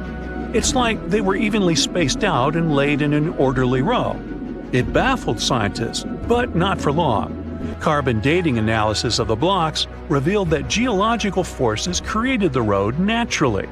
There weren't any tool marks or signs indicating that the blocks had been stacked or something. The research is continuing, but yeah, scientists generally believe that the rocks were created by erosion. Well, I guess the time of Atlantis hasn't come yet. Okay, picture this. You're wandering on the beach, and you see dozens of octopuses walking past. In 2017, a group of people from Wales witnessed exactly this. Why did these creatures come out of the ocean? No one knows the answer. The group reported that they had seen 20 to 30 octopi crawling on the sand. The people looked for some signs of injury, but found nothing. They said that they had carried the animals back to the ocean. Interestingly, these creatures kept crawling onto the shore when people were asleep. Experts say that it's hard to be sure of the reason that pushed the animals to the beach without conducting a physical examination. They're still speculating about the reason behind this unusual and rare occurrence. Could it be overcrowding? Furthermore, the octopi were well armed. A separate study points out that the more fishers hunt large animals that feed on octopuses, the more the octopus population grows. Maybe that's why these creatures have to go farther to find food or shelter. But without proper research, these are only theories. There's a lot we don't know about space, too. So here's a bonus fact about the yellowish source of life in the solar system. Scientists have discovered a new type of wave inside the sun. These waves move in the opposite direction to the sun's rotation. Plus, they move super fast. So fast that it's beyond our understanding. Researchers have different theories about the function of the waves. If they figure out their role, this could give them additional insight into the processes happening inside the sun. And yes, the octopi were well armed. This hidden village is called Aogashima. It's located right in the middle of a volcanic crater. You can find it to the south of Japan, in northernmost Micronesia. The story goes that a volcano erupted in the Philippine Sea in the 1780s, causing a lot of harm to a nearby community. Half of the population managed to escape the massive eruption and came back years later to rebuild their village. At the moment, about 160 people are living there peacefully, even though the volcano is still considered to be active. Huacachina in Peru lies in one of the driest climates in the world, and still, it's a beautiful town, surrounded by lush palm trees. It also has a lagoon, which is said to have special healing properties. The settlement has a little over 90 residents that manage small businesses. Most of them use sand as their primary resource. Some offer sandboarding services or even provide luxury dinners in the desert. For over 500 years, a small group of people has been living on a cliffside of a peak called the Green Mountain. It's one of the most remote places in Oman and in the whole world. The only way to reach the settlement is on foot, by mule, or by all-terrain vehicle. It's called Al Sogara, and you need to hike around 20 minutes up a steep stone staircase to get there. The village appeared back when the locals chiseled their houses into the mountain stone to protect themselves from storms and the cold. 5 families of the Al-Sharaki tribe still call this place home, about 25 people in total. A lot of other villages like this one can be found in the region, but Al Sogara is special because it's the only one that is still inhabited. Up until 14 years ago, there wasn't even electricity or telephone lines here. The nearest road you could drive on was 9 miles away. Since there were no schools, people had to learn how to read and write at home from their elders. To this day, the villagers continue their traditional practice of building their homes by carving them directly into the mountain rock. One of the most beautiful Greek gems is Monemvasia, a castle town located in southeastern Peloponnese. It was designed to be invisible from the mainland for added protection. You can only see it from the sea, and to reach it, you need to follow a narrow pathway that connects it to the mainland. That's actually how its name came into being. It translates to a single passage. Monemvasia was built in the Middle Ages, exclusively carved in the mountain rock. These days, A lot of old mansions have been turned into guest houses and boutique hotels. Not only is the architecture amazing and beautifully preserved, but it's also surrounded by crystal clear waters. A town with no roads? Pack your bags for Giethoorn in the Netherlands, if you don't mind traveling by boat. The town is very peaceful, probably because everyone here travels by canals. Even the mail gets delivered by water. Since there's no car traffic and people rarely move around, the town is really quiet. So quiet that the loudest sound one can hear is the quacking of a duck every now and then. It initially started as a movie set, but Hobbiton in New Zealand still exists, even after the filming of The Lord of the Rings and The Hobbit was finished. Tours to the charming set town are now available. There are 44 Hobbit holes in total, though only a few of them are actually open to the public. The isolated cliffside village of Gasadalar in the Faroe Islands has a population of only 11 people. It's mostly known for its scenic waterfall, which falls directly into the Atlantic Ocean. You could only reach it on foot, hiking through the mountains not so long ago. However, a tunnel has been constructed recently, making the place easily accessible by car. The 1980s musical Popeye had a custom set built on Malta. It wasn't taken down after the filming had been finished, and Popeye Village is now home to groups of beautifully colored wooden buildings and a company of actors. There's a lot of fun stuff to do there, like watch theater shows, go on boat rides, visit museums, or simply explore the creative village. The oldest and most photographed village in Austria is called Hallstatt. It's a hidden European gem, with beautifully preserved old buildings and a subterranean salt lake. It's also home to a museum with artifacts as old as 7,000 years and the world's oldest salt mine. Fort Bortange in the Netherlands is a small establishment shaped like a star. Creative parts aside, it was built this way for defensive purposes. It gave the guards of the fort a strategic advantage because they had a perfect 360-degree view. These days, the construction is perfectly preserved, including its old buildings, cobblestone streets, wooden windmills, and sophisticated bridges. In Morocco, there's a traditional earthen village made entirely from clay bricks. You can find it in a valley close to the Atlas Mountains, 32 miles from the capital of Morocco.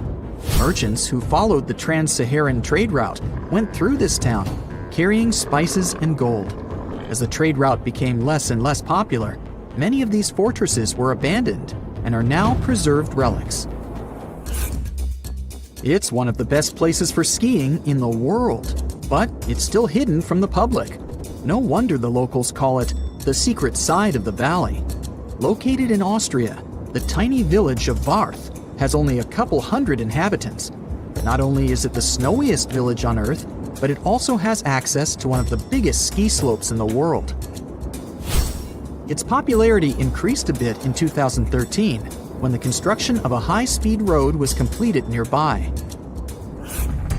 Birano in Italy is one of the most colorful islands in the world. Because of its vibrant colors, it almost looks tropical. It features emerald green waters, beautiful houses, and a 17th century bell tower. Its lace-making tradition brought Leonardo da Vinci to the island back in the 1400s. He bought a piece of cloth there and later used it for the design of the famous Dome of Milan. If you have a UK passport, you must be familiar with the beautiful small town of Bibury, as its scenery is featured in your ID. It's surely one of the most charming towns in Europe, as it's made up of stone buildings standing on the River Colne. The image in the UK passports is that of Arlington Row, a line of weavers' cottages that date back to the 14th century. The town of Coober Pedy in Australia is partially underground. It all began back in 1915, when opal deposits were found in the area. To this day, the town is still the biggest opal mine in the world. People living there figured out that it would be more comfortable for them to stick to the underground, as the temperatures outside can reach 125 degrees Fahrenheit. So, the settlement now has underground stores and galleries. Cooper Pedy is also home to the world's first 4-star underground hotel. To visit the most remote location in the whole world, you'll need to prepare yourself for quite a journey.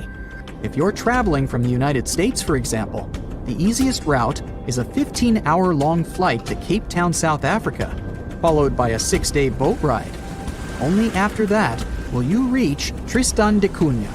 Or you can take a month-long cruise across the South Atlantic Ocean, whatever works better for you.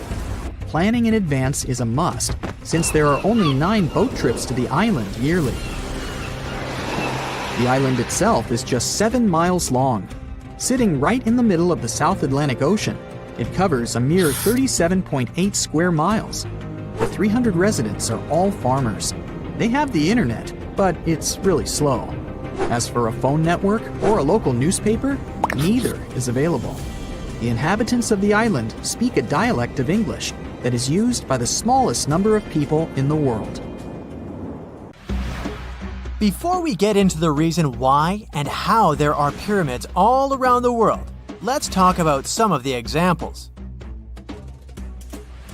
I'll start with the Pyramid of the Sun in Mexico. These folks really knew how to build a city. Their well-planned urban center spanned over 7 square miles and boasted several pyramids. But the Pyramid of the Sun is the most impressive.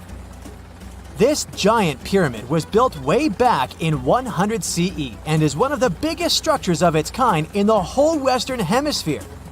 It's so big that it's 216 feet high above the ground. If you ever find yourself in this ancient city, you won't be able to miss the Pyramid of the Sun. It's right there on the east side of the Avenue of the Dead, the city's main north-south street. To build this incredible pyramid, around 1 million cubic yards of material were used, including a special kind of red volcanic rock called hued tizontal. Impressive, huh? We don't know too much about the people who built the Pyramid of the Sun or its purpose. But archaeologists believe there was once a temple on top of it.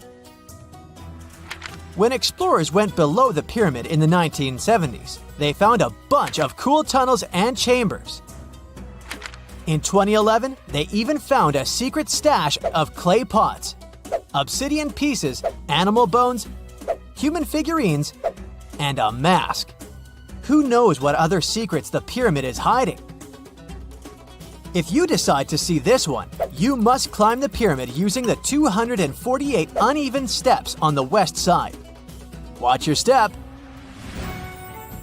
Sudan got some pyramids too. Nubian pyramids aren't as big as the ones in Egypt, but they still got around 200 of them.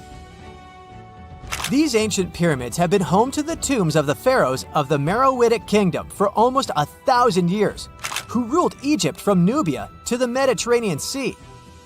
The pyramids at Meroe were constructed using granite and reddish sandstone. Oh, and did you know that Sudan has more ancient pyramids than Egypt? The Kushite pyramids depict the indigenous architecture and burial traditions of Nubia's Napata and Meroe kingdoms, which ancient Egypt influenced. Meroe, the burial site of over 40 queens and kings, is the most extensive Nubian pyramid site. The tomb walls depict mummified royals bedecked in jewelry, their wooden caskets containing bows, quivers of arrows, and other artifacts pointing to the Meroitic relationship and trade with Egyptian and Greek civilizations. So if you're looking for some ancient tombs to explore, you may consider skipping the crowds in Egypt and heading on down to Sudan. Let's fly to Iraq to see some more pyramids. Ziggurats have fancy receding layers and tiered temples. Instead of a smooth exterior, it has tiers like a cake.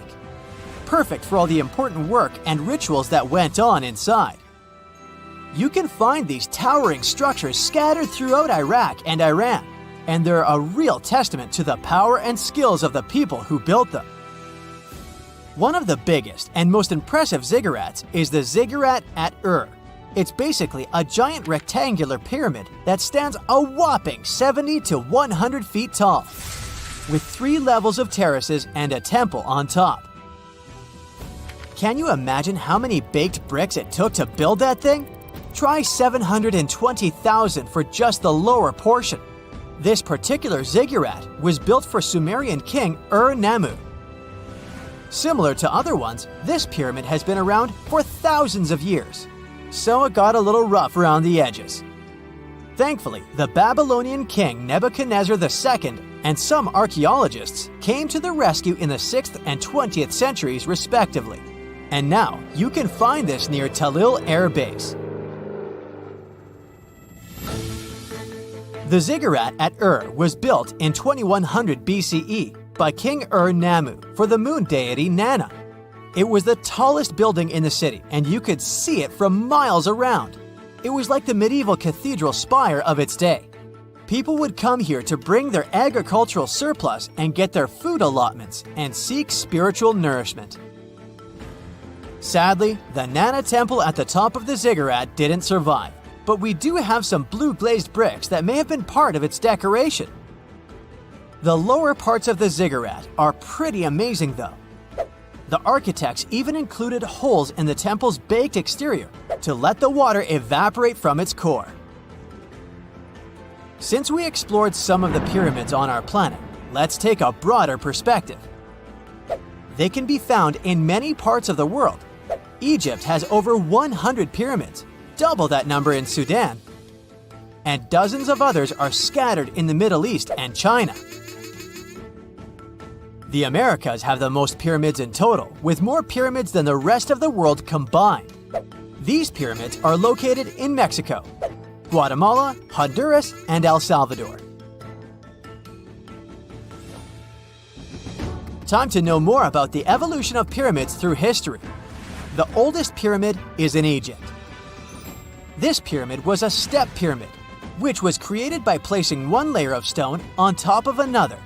The pharaoh Sneferu is credited with creating the pyramid shape we recognize today. During his 45-year reign, he built 3 pyramids. His first 2 attempts failed, but he finally got it right with the Red Pyramid, which is considered the first true pyramid. It was Sneferu's son, Khufu, who built the Great Pyramid of Giza, which was the tallest human-made structure on Earth for almost 4,000 years. Latin American pyramids are similar to early Egyptian step pyramids, but they were built independently, with no knowledge of each other. The pyramids in Sudan were built around 700 BCE and are tall, but much narrower than those in Egypt.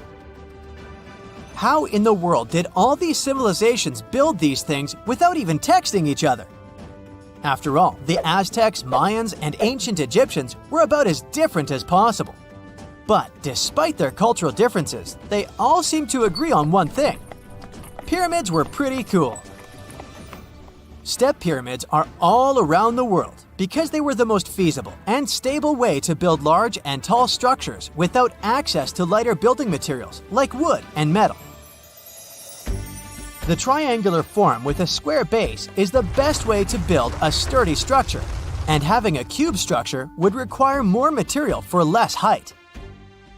Now, when it comes to pyramid design, the Egyptian pyramids were like giant triangles with a square base, smooth sides, and a pointy top. On the other hand, the Aztecs and Mayans went for a tiered cake look, with steps leading up to a flat platform on top. So, while all these pyramids share the same basic shape, they have their own unique flair. Each group built its pyramids using different materials, techniques, and slope angles. So while they may have been inspired by each other's work occasionally, they were just doing their own thing. Egyptian pyramids had smooth, angled sides that were designed to help the pharaoh's soul ascend to heaven. The Pyramid of the Sun was built over a series of caves that served as a passageway for the deities. The Maya built the temple of Kukulkan in Chichen Itza to honor the deity Kukulkan, usually represented by a serpent. Nicknamed El Castillo, it has 91 steps on each side, plus a platform. That's 365 steps, one for each day of the Mayan calendar. Tell me, Brightsiders, how were pyramids built? To begin with, humans made them, not a foreign race from space that landed on Earth. You see, one thing that all pyramids have in common is that they were built without advanced tools or even the wheel. It took a lot of people to build them, including skilled laborers and architects. For example, it's estimated that 20,000 people built the Great Pyramid of Giza, and it's believed that most of them were skilled laborers. Building pyramids was a massive undertaking that required years of planning and effort. The Great Pyramid at Cholula, Mexico, took 600 years to complete. Have you heard of Göbekli Tepe? It's an ancient site in Turkey that literally made historians rewrite history books. Over 11,000 years ago, a group of prehistoric humans crafted an enigmatic masterpiece that's even older than Stonehenge.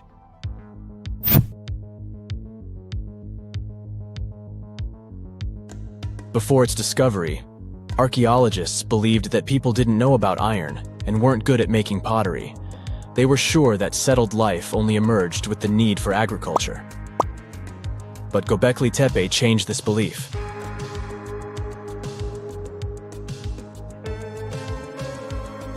The place has revealed that it was the temple that paved the way for a settled life, not agriculture. Until this discovery, researchers believed that farming was the catalyst for sedentary living. Meet Professor Schmidt, the guy whose findings changed this theory. He managed to prove that hunter-gatherer communities laid the very foundations of this way of life.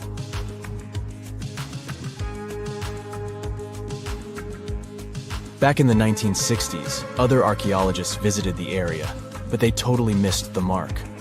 While surveying the region, they stumbled upon a hill with scattered limestone slabs and concluded it was just an old burial ground from medieval times. Little did they know that there was so much more to uncover.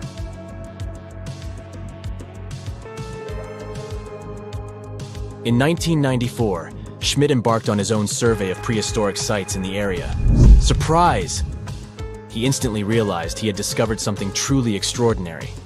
Unlike the nearby flat and barren plateaus, Göbekli Tepe had a gently rounded top, rising 50 feet above the surrounding landscape.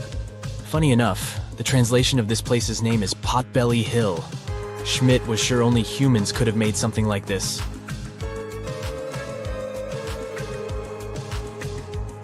Those broken limestone pieces that were mistaken for gravestones turned out to be way more exciting. It was like stumbling upon a hidden treasure. The pieces took on a whole new meaning, and Schmidt with his team was about to dive into the secrets waiting beneath the surface. To their surprise, they found no traces of a settlement. No hearths for cooking, no houses, and none of those adorable clay figurines commonly found in nearby sites of similar age. However, they uncovered that those ancient people used tools like stone hammers. So, Schmidt and his team put their heads together and took a wild guess at the age of Göbekli Tepe's stone structures. Their estimation got backed up by some limited carbon dating done right at the site. The ancient vibes of this place were finally starting to make sense. It was like a puzzle slowly coming together.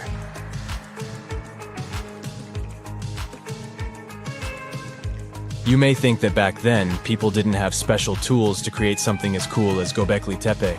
Not true. Turns out, these prehistoric folks used flint tools instead of fancy metal chisels. They were also skilled at chipping away softer limestone and crafting pillars right on the spot. Afterward, they carried the pillars a short distance to the summit and placed them upright. Once the stone rings were complete, they covered them with layers of dirt. Over time, they added new rings, and voila! You've got a cool hill to impress people in the future.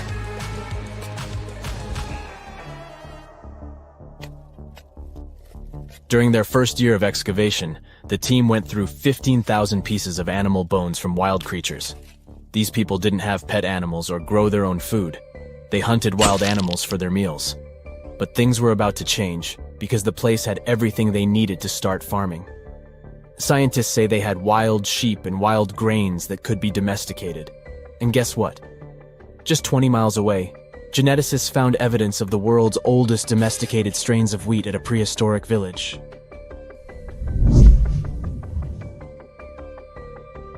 These amazing findings have completely changed how we view civilization.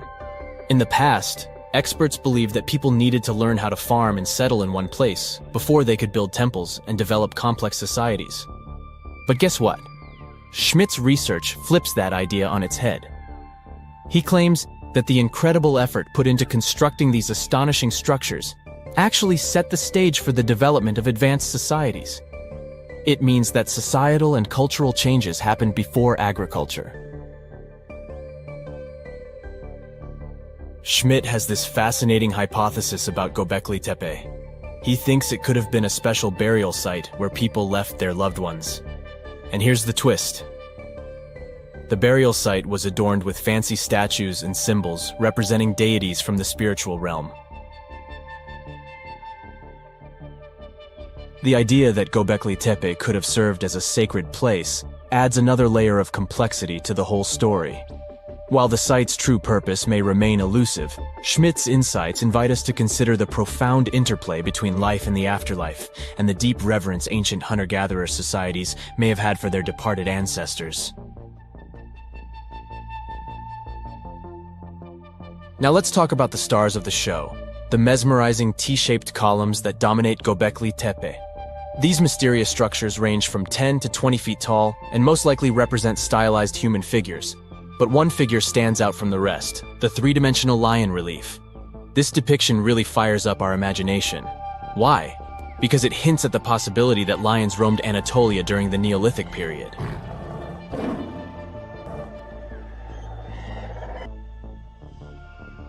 These standing stones are arranged in circles and placed in rectangular pits. Each circle has a similar setup. Two big T-shaped pillars in the center, surrounded by slightly smaller ones facing inward. Talk about a stylish arrangement. These towering pillars reach a whopping 16 feet and weigh between 7 and 10 tons. Some pillars are plain and simple, while others are like works of art with intricate carvings. Foxes, scorpions, and vultures come to life, crawling and twisting on the pillars' sides. But it's not just animals depicted on these stones. Some pillars have abstract shapes representing humans, and even small carvings of clothing items. Some of them even have belts. Now, there's one pillar that stands out from the rest like a rock star. This super old stone pillar suggests that a comet crashed into Earth. It happened during a chilly period that lasted about 1,000 years. Previous studies examining Greenland ice cores hinted at this comet theory, but now the carvings at Göbekli Tepe prove it right.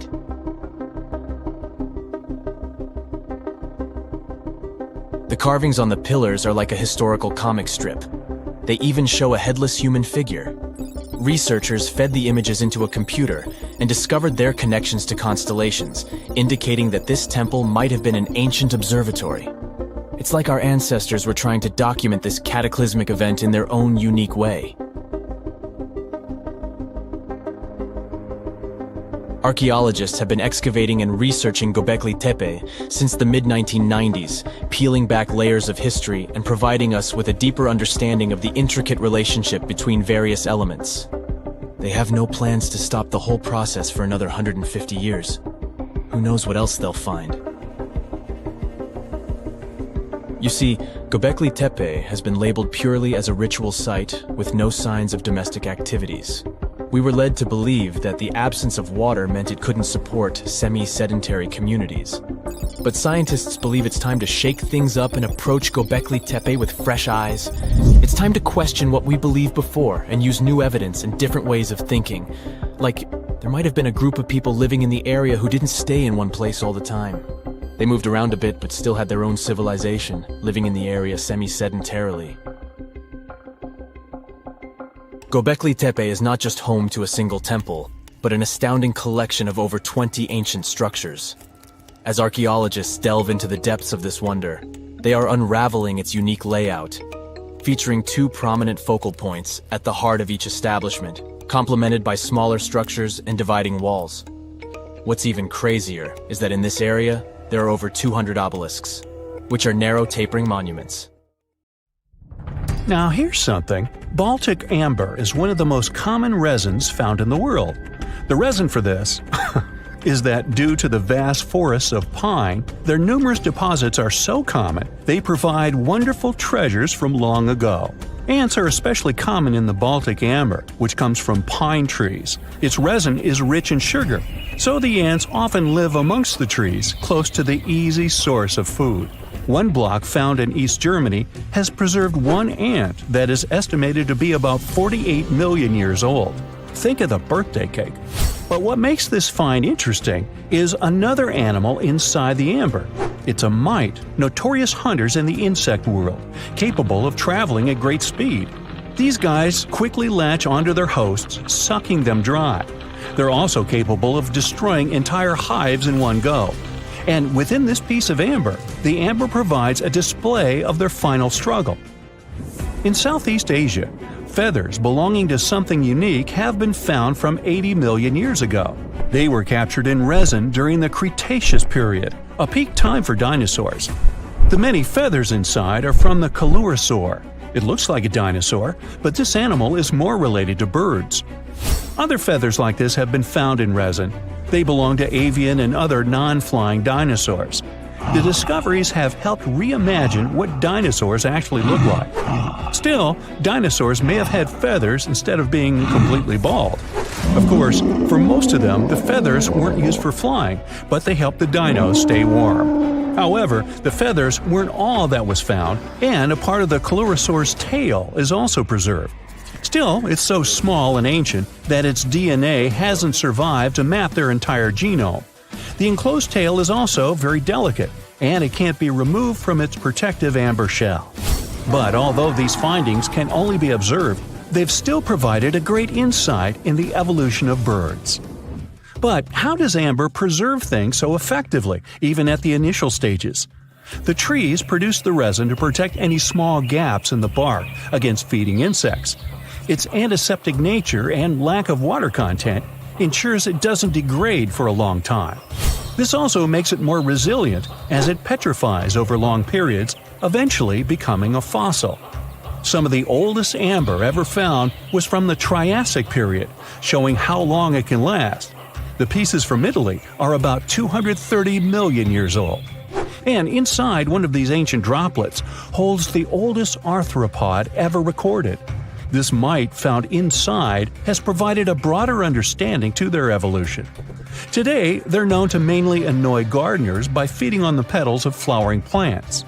However, at the time the mite was caught, flowers didn't have any petals, and it would be without this tasty meal for another 100 million years. Now, 100 million years ago, Myanmar was part of Gondwana, the great supercontinent. At that time, Myanmar wasn't part of Asia yet. But it was still lush with a great forest, which contained many species of lizards that lived amongst the undergrowth, hiding away from dinosaurs. Many of them have been stored within amber. This fact helped discover ancestors of geckos and chameleons. By using CT scans, scientists have analyzed them, providing a glimpse into the formation of their scales, teeth, feet, and claws. It also provided an understanding of how these archaic creatures once appeared. Although mostly pieces of lizards, by using modern technology, the scientists have been able to create 3D images of the lizard.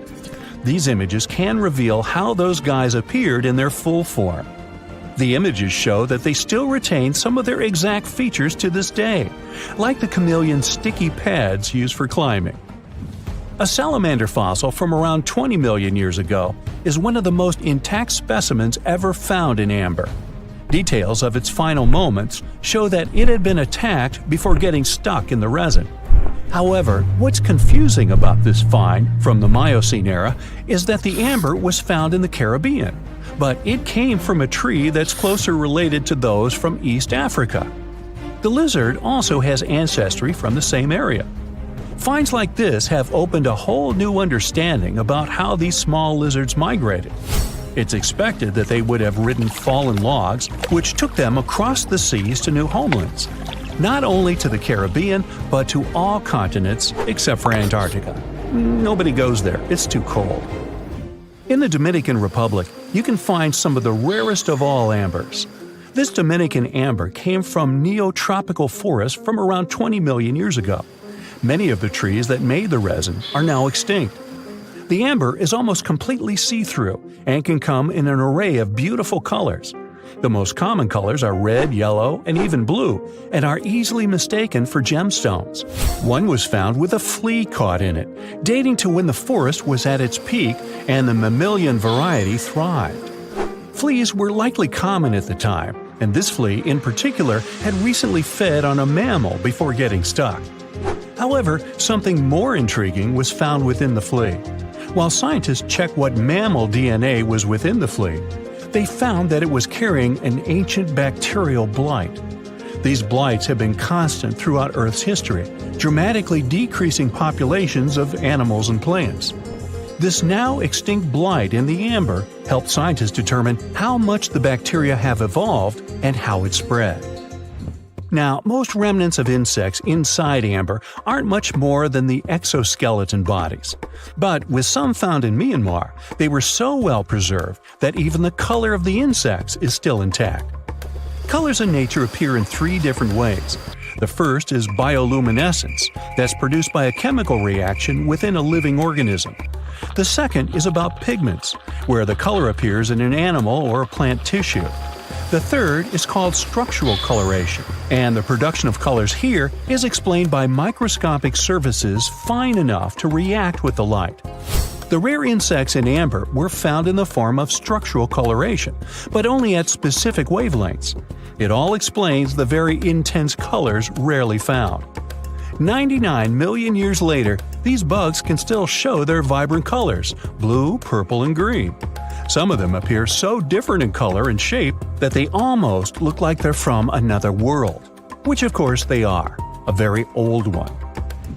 Ants have been around for about 168 million years, based on fossil evidence provided. They're well known for their social hierarchies and their hive mind system. They've dominated almost every corner of the insect world, but when these social capabilities came about have been difficult to determine. Yet, recently, amber dated from 100 million years ago has shed some light into their evolution. Several amber pieces have preserved various ant types, including the worker ants, guardian or soldier ants, and even a queen ant. Before these pieces were found, it was estimated their social nature occurred millions of years later. A piece of amber dated 100 million years ago helped shed light on the evolution of birds. A perfectly preserved bird that hatched preserved in amber was already equipped with its flight feathers. With the earlier physical abilities, they would be capable of moving around the nest by themselves at a very young age, and it's expected they could search for their own food almost immediately. But as birds continue to evolve and spend more time in the skies, their brain developed larger for their cognitive abilities.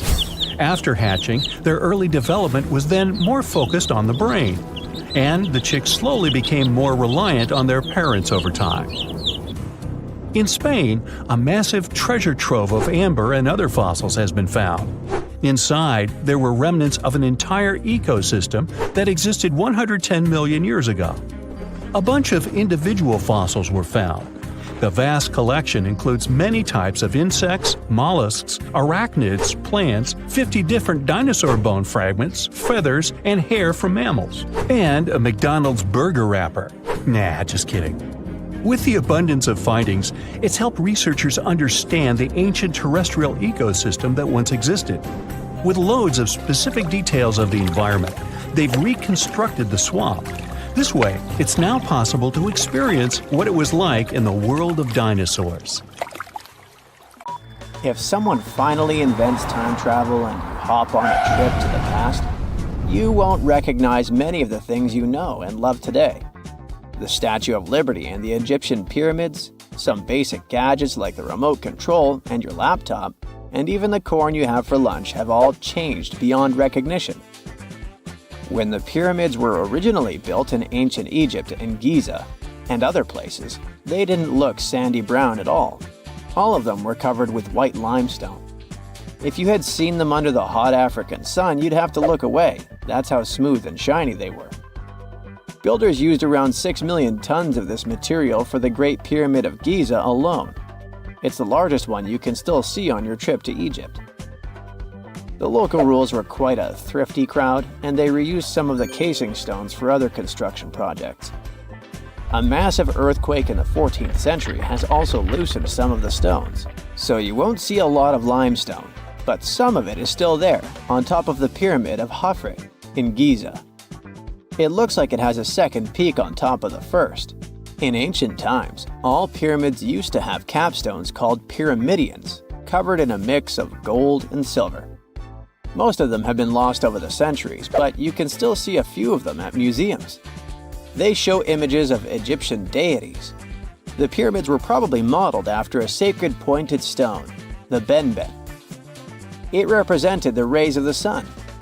Now, lifting heavy rocks wasn't so simple without the tech we have today. I guess you'll agree with me if you helped your friends move at least once, and they made you carry the couch. But those smart Egyptians of the past thought of that and chose the pyramid shape. It lets the weight distribute evenly throughout the whole thing. The Statue of Liberty has also had a major makeover since it was first unveiled in 1886. Believe it or not, it used to be a shiny brown color, just like a penny. 20 years later, it changed its color to green. It wasn't a fashion statement, but a chemical reaction. The statue is covered with hundreds of thin copper sheets. When copper reacts with air, it naturally forms a protective layer called verdigris. This layer protects what's under it from corrosion, and that's why statues and other things made of copper, brass, and bronze can last so long. When Lady Liberty first turned green, people in authority decided it would be a good idea to paint it all over. It was way before social media, so you couldn't just drop an angry comment under the post describing the idea. But they wrote about it in the local newspapers, and the public didn't love the idea. Then the Times interviewed a copper and bronze manufacturer, and he confirmed they shouldn't repaint it, because removing the protective layer would mean destroying the statue. Over the years, people have suggested painting Lady Liberty several times, but no one has ever done it. I don't know about you, but I can't imagine that lady in any other color, so I guess it's for the better. You love bananas as much as I do? Next time you enjoy a juicy soft one, remember you gotta thank selective breeding for that texture. The original wild bananas had many large, hard seeds and not so much delicious pulp. And hey, who doesn't like a sugary watermelon? It has a history of over 5,000 years, and it used to have bitter, yellowish white flesh and was really tricky to open. Selective breeding saved the day again, and watermelons got way sweeter. Japanese scientists went further and invented the seedless version. Corn's grandmother is a Mexican grass called teosinte. The kernels in this grass were small and hard to get. Farmers from many thousands of years ago saved the seeds only of those plants that were larger or tastier, or with kernels that were easier to grind. Thanks, my friends, for giving us the corn that's edible and even delicious. And just imagine, wild avocados were so small that they could easily fit in the palm of your hand. The pit in them was so large you wouldn't find much edible material inside. They also had a much harder shell than the ones we're used to. You probably wouldn't get a lot of work done without your beloved computer today, but I can't tell you exactly whom to thank for this invention. The ABC from 1942 is one of the contendants for the title of the first computer. It's short for the Atanasoff Berry computer, named after its inventors at Iowa State University. The ABC weighed over 700 pounds. Yep, yours must be way lighter than that. That big boy consisted of around 300 vacuum tubes and had a rotating drum, a little bigger than a paint can, and had small capacitors on it. A capacitor is a gadget that can store an electric charge, like a battery. The ABC could solve problems with up to 29 different variables to help scientists save some time. Like modern computers, it used binary digits, ones and zeros, to represent all numbers and data. Because of that, it was possible to do the calculations electronically. And now, my favorite part, the ABC finished one operation about every 15 seconds. Just for you to compare, It's millions of operations per second now. Unlike the tech we use today, the ABC did not have a changeable stored program, so the program could only do a single task at a time. An operator had to write down the intermediate answer and then dial that back into the computer. Sounds like another reason to be happy we live in the 21st century. That remote control you use for all sorts of appliances has gone a long way too. Nikola Tesla, who gave us alternating current, designed one of the first wireless remote controls back in 1898. He named his invention teleautomation and demonstrated it on a miniature boat controlled by radio waves. The boat had a little metal antenna attached to it. Tesla sent signals to the boat using a box with a lever and a telegraph key, which was his version of a remote control. Those signals set electrical contacts on the boat into motion and moved the rudder and the propeller, and Tesla was controlling the boat. The concept of the remote control soon spread to other gadgets. The first television remote control followed in 1950. It was designed by the Zenith Radio Corporation called LazyBone. Don't take it personally, please. This LazyBone had a massive cable that was attached to the TV set, and those who tried it didn't fall in love with the invention because they tripped over that cord. I feel your pain, my friends. If you live or work on one of the top floors, you gotta love this one. Meet the first passenger elevator. It traveled at the speed of 40 feet per minute. Not the fastest, I know, compared to today's record, which is 40 feet per second. But hey, it was built back in 1857 in New York and was more of a tourist attraction than a necessity. The elevator had a steam engine hidden in the basement of a 5-story building. 3 years later, they shut it down because the public didn't appreciate it. Otis Tufts filed the first patent for a vertical railway around the same time. His invention included an actual car with a bench inside for people to sit on. Sounds like a great spot to hang out with friends to me. What do you say? Then they started adding elevators to luxurious hotels around the world. They were entire rooms with a rich design, upholstered seats and mirrors on the walls, and sometimes even a small chandelier. There was an obligatory operator who'd close the door and the car would start its super slow ascent. It was still more about style than about speed, so I guess I'd choose the stairs. Over millions of years, our planet has changed a lot. Ice ages, shifting tectonic plates, global floods, meteorites. Whole species of animals have come and gone over millennia. At some point in all of this, we humans came along. Now imagine a place that was cut off from the rest of the world for 5.5 million years, possibly much more. A place that no human had ever set foot in before. In 1986, we finally found it, Movila Cave. You head to the airport and buy a ticket to Romania. Next, you rent a car and drive southeast. You're looking for Constanța County, right near the Black Sea. Your phone says you're there, so you stop the car and look around. You're in the middle of a deserted field, nothing but a wide, lifeless plain. Then, you see it. A hole in the ground. As you move closer, you realize it's a shaft that leads deep down into the Earth's crust. Before you descend into the darkness, you take a rope, a hard hat, a powerful flashlight, and an oxygen tank. Don't forget to wear your protective suit and oxygen mask. You climb down slowly and look around. It's pitch dark below you, and you feel a little uneasy. But something's off. The darkness. It's not cold. Warm air wafts up from the depths. Finally, you feel the ground under your feet. You look around and see a lot of tunnels ahead that lead into the depths of the cave. The tunnels are covered with dry clay. Moving forward on all fours, you notice something. The air is getting warmer and wetter. You come out of a narrow tunnel and find yourself in a huge cave with a lake in the center. Now for the hard part, you have to dive in. The moment you get in the water, you get attacked by the smell of rotten eggs. You've just touched sulfide water, and now smelly hydrogen sulfide is everywhere. That's not all. The cave is also filled with carbon dioxide.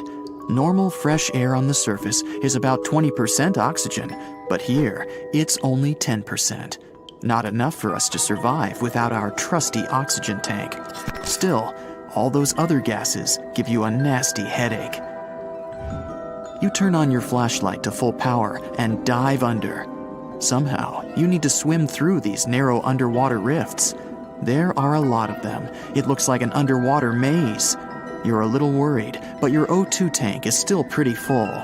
You squeeze through the rifts and finally find an open area. You freeze. From above, below, from all sides, you start to hear the sound of crawling creatures.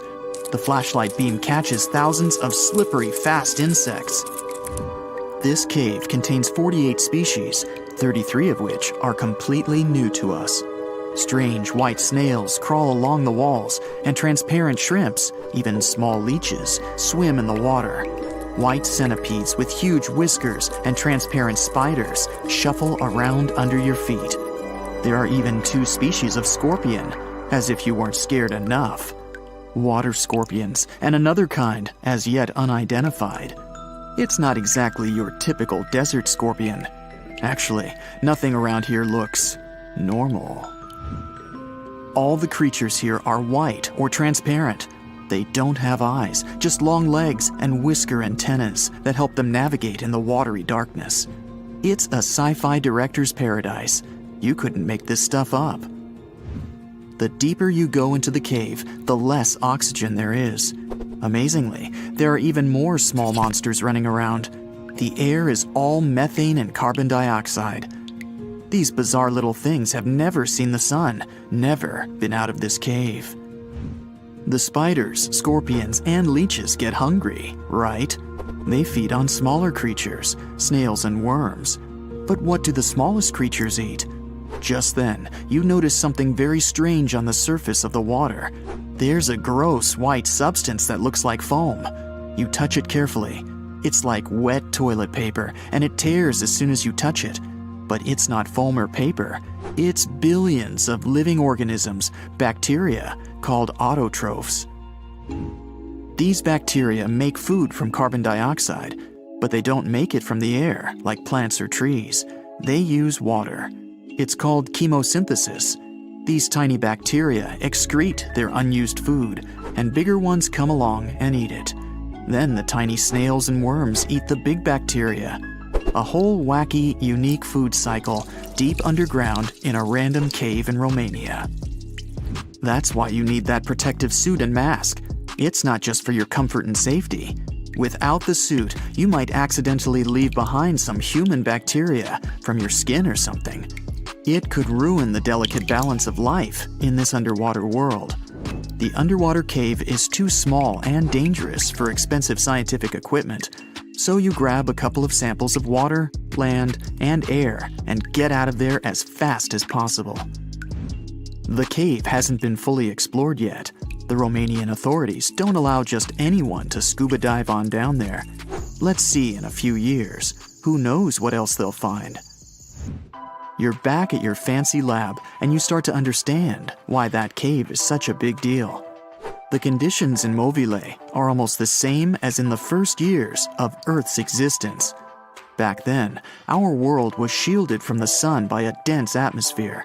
It's actually possible that the microbes found in the cave are the same ones that were around way back when life began.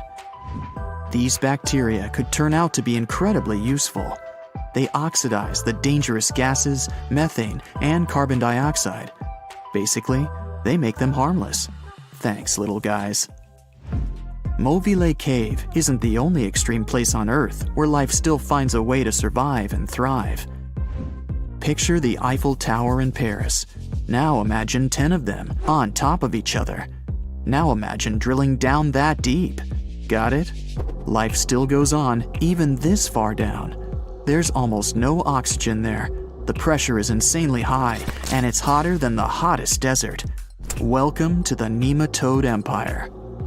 Nematodes are worms, and these wiggly dudes are tough as nails. When there's no air, no food, or it's just too hot, they transform. It's called the dour stage. It's a state of stasis, of deep hibernation. The worm's metabolism slows way down. It's like they go to sleep for a long time and only wake up when there's enough air or food around, or when it gets cool enough. And you don't have to dig that deep to find these creatures. Nematodes are found all over the world. They live in hot springs, in deserts, high up in the mountains, in the harsh cold of Antarctica, inside animals, and even inside the human body. You don't have to travel to Mars to find out of this world scenery. There are places on Earth that look unreal. The Danakil Depression in Ethiopia is one of the hottest, driest, and most inaccessible places anywhere on Earth.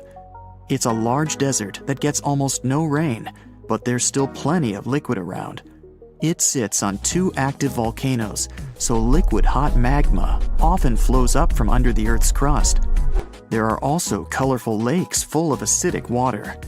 The salt from the lakes reacts with volcanic minerals, making bizarre figures that look like the backdrop of a sci-fi movie. Toxic gases and chlorine vapors rise up from the lakes, making it one of the most dangerous places on Earth. You need a gas mask to survive, but life always finds a way. There are living things here, even in a lake so hot that the acidic water actually boils. Microbes live happily in the lakes and surrounding rocks. If something can survive here, who knows? You can find another tough survivor in the Lut Desert in Iran. They've just discovered a new and special kind of crustacean there. These creatures live in small lakes that appear from time to time thanks to desert rains. This species can survive for decades in dry sediments, just waiting for a tiny bit of water. So these are all very small life forms, but are you in the mood for some monsters? Scientists have just discovered them swimming in the waters off Antarctica. Massive sea spiders, huge starfish, transparent shrimp-like things. In 1 month, researchers found about 30,000 sea creatures, many of them never seen before. Who knows what else is down there? The story goes that 2 Mayan twin boys loved to play ball. Sure, they were really good at it, but they also made a lot of noise when playing. The lords of the underworld soon became bothered by the sound and summoned the 2 boys to the underworld, a place the Mayans called Xibalba. As soon as the boys reached their gloomy destination, the lords of the underworld began putting them through a series of tests. Soon enough, the inexperienced twin boys failed the tests and lost their lives. But this was not in vain. This sad event resulted in the appearance of a beautiful fruit tree. Soon enough, a young woman saw a beautiful fruit on this tree and reached up to pick it. Legend has it that soon after that, she gave birth to another set of twin boys named Hunahpu and Xibalba. Just like their ancestors, these twins were great ball players, but they were equally as loud, and the lords of the underworld became annoyed again. They decided to ask this pair of twins to come to play a game in the underworld, hoping to get rid of them too. When the twins arrived, the Lord sent them through a number of frightening places. The first one was the House of Gloom, which was very dark. They then passed through the House of Knives, where they had to avoid getting injured. The twins then built a fire in the House of Cold, so that they didn't freeze, and ran through the House of Jaguars, where they tricked the animals into not eating them. Finally, they entered the House of Bats, where they seemed to have lost their luck. One of the bats managed to run off with Hunahpu's head. The lords then challenged the twins to play ball with them, but the boys were clearly at a disadvantage. Xibalba placed a turtle on Hunahpu's shoulders to make up for his lost head, and they began playing. As the lords became distracted by an animal near the court, Xibalba stole his brother's head and placed it back in its place. Much to the annoyance of the lords, the twins were now able to tie the game. Hunahpu and Xibalunqui continued to perform a series of tricks for the lords of the underworld. One of them involved Xibalunqui injuring Hunahpu and then bringing him back to life. The lords were so impressed by the twins' performance that they asked them to do the same trick on them. Of course, the twins agreed, but after performing their trick on some of the lords, they refused to revive them. Seeing what had happened, the lords of the underworld admitted defeat and begged for their lives, promising not to intervene in the lives of people ever again. Hunahpu and Xibalunqui were happy to have avenged their ancestors and gained the respect of the lords. Legend has it that the lords of heaven were so impressed by the twins that they took them to live in the sky by turning them into the moon and the sun. The Maya civilization was one of the most dominant indigenous societies in history, and their folklore and traditions are still discovered and studied today. They used to live in a territory called Mesoamerica. It was made up of modern-day Mexico and parts of Central America like Guatemala, Belize, Honduras, Yucatan Peninsula, and El Salvador. They lived from 1800 to 900 BCE and up to 900 to 1500 CE. Apart from their impressive legends, the Maya were very skilled inventors. They're known for their calendars, writing systems, farming methods, and sports. Their writing, for example, was found preserved on buildings and stone monuments, as well as in rare books and pottery. It's a system made out of more than 800 hieroglyphics in various combinations. Each of those signs was said to represent a syllable. Their writing system was deciphered by accident by Tatiana Proskorakov, an American woman who initially studied to be an architect. Since she didn't find a job in her field, she eventually became a Mayanist in her own right, despite not being academically trained. She was the first to notice that the Mayan upended frog glyph meant birth, and that their toothache glyph meant the date when the king ascended to the throne. It made it easier for scientists to pinpoint birthdays, as well as the names of the rulers of a specific Mayan dynasty. They also invented the concept of zero, which is seen as one of the greatest innovations in mathematics, physics, and human history altogether. Sure, even back then, people understood the idea of having nothing, but the concept of zero as a number is a relatively new invention. A fun fact about Mayans is that they really liked hats. The bigger your hat was, the more important you looked. Not only was it a sort of fashion statement, but it also made them look taller, which was a big deal for their aesthetic. The Mayans also came up with one of the most intricate and complex calendars in human history. It was the first to use zero as a placeholder. Their calendar ended on December 21st, 2012, which led some people to believe that it translated to the end of the world. Obviously, that was not the case. It just so happened that the date coincided with the end of a Mayan cycle of years. But you know, as advanced in science and astronomy as they were, they did make some mistakes. One of them was their belief that the world was flat. Their theory was that the four corners of the world were watched by the brother lords, who kept the sky from falling over their lands. Hats off for their menus, though, as they were well-known chocolate eaters. They turned eating chocolate into a form of art. The drink they made wasn't really like the hot chocolate we enjoy today, though. The recipe included mixing cacao with water, honey, chili pepper, cornmeal, and other ingredients to make a foamy, spicy drink. The ritual of drinking cacao was a crucial part of their celebrations. We're not done discovering all the amazing parts of their architecture and civilization. It was only a few years ago that a Maya pyramid was found at Tonina, in the Mexican state of Chiapas. It was estimated to be more than 1,000 years old. The reason why it escaped archaeologists for so long was that it lay hidden under what was believed to be a natural hill. The ruins of two Mayan cities have been recently discovered in the Mexican state of Campeche. Why didn't we find them until now? Well, they were concealed by really thick vegetation, which made it difficult for archaeologists to reach them. The Mayans didn't just disappear. Their descendants are still around today, many of them choosing to live in their ancestral homelands. You can find them in Guatemala, for example, where the Maya people make up the majority of the population. Overall, the Maya ethnic group contains people that speak different Mayan languages, such as Yucatec, Quiche, Quechua, or Mopan. They had no idea what a spa day was, but the Mayans really enjoyed a nice sweat once in a while. Sweat lodges were discovered around ancient Mayan sites. They were built out of stone or adobe. These rooms were an essential part of their cleansing and healthcare rituals. One of the earliest sweat lodges was found in Quello in northern Belize and appeared to date back 3,000 years. One of the most important parts of the Mayan culture was a ball game which they named Pix. It had both political and spiritual significance. We can see ball courts at important parts of Mayan archaeological sites. The main goal of the game was to pass a rubber ball through a very high stone hoop without using your hands. Basically, it was a combination of soccer and basketball. However, it could have serious consequences. The loser could, at times, even lose his own life.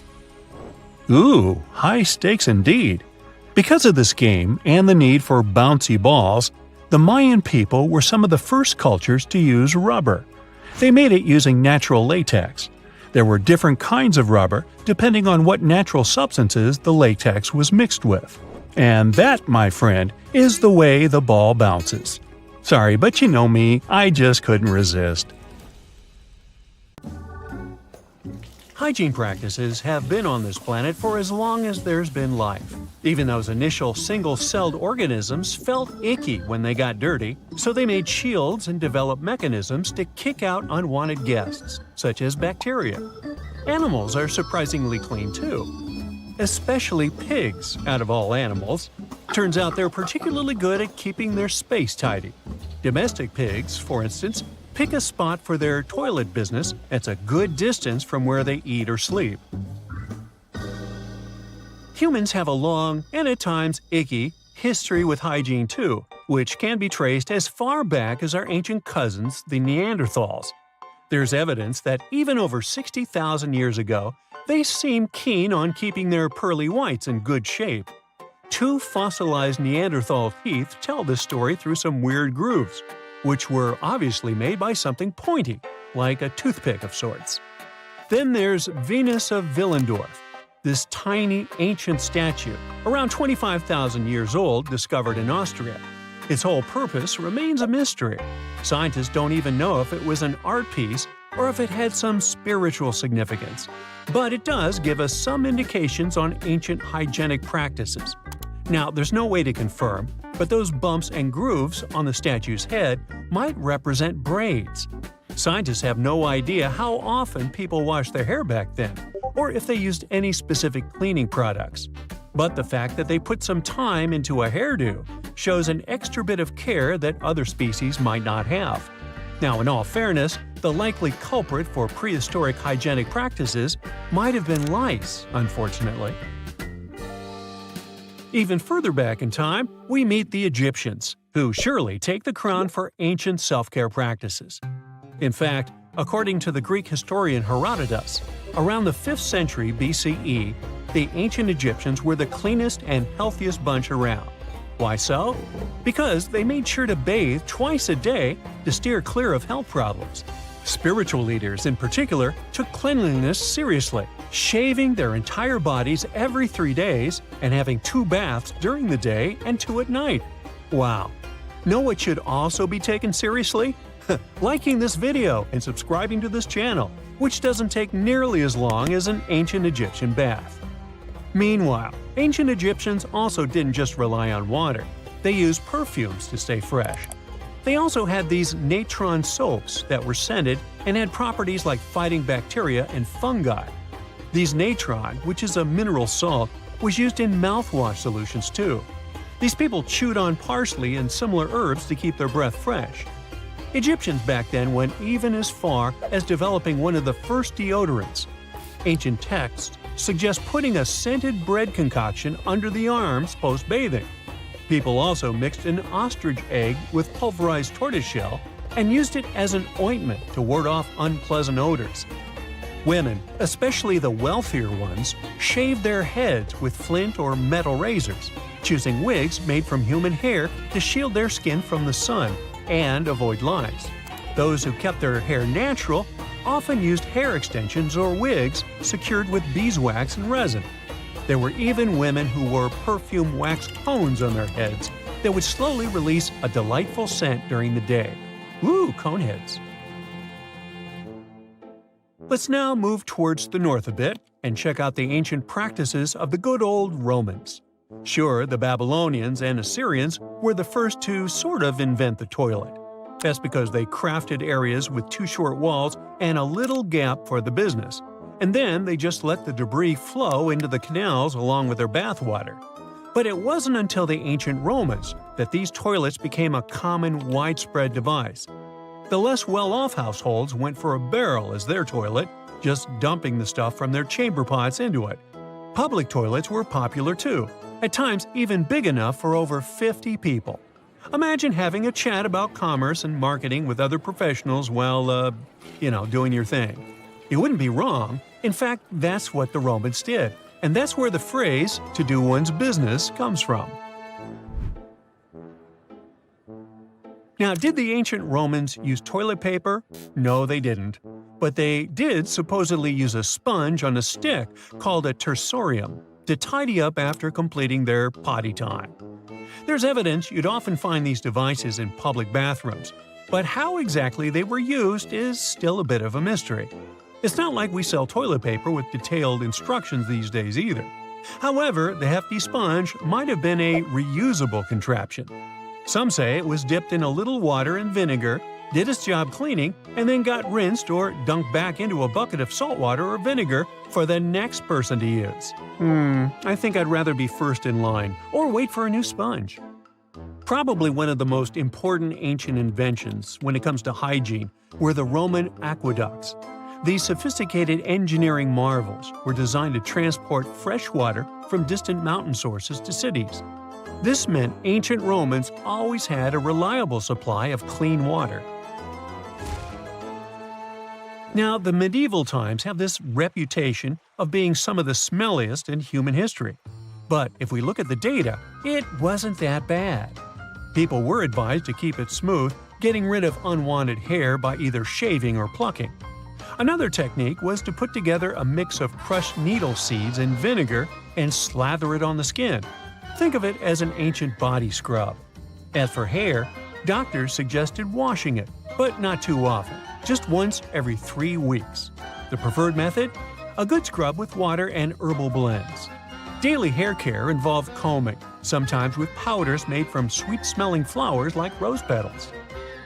For laundry duty, our medieval ancestors tossed clothes and linen into a tub, river, or stream. To really amp up the cleanliness, some added wood ash to the water. Women often took laundry to rivers, where they would stomp on clothes or beat them with a wooden bat until they were done.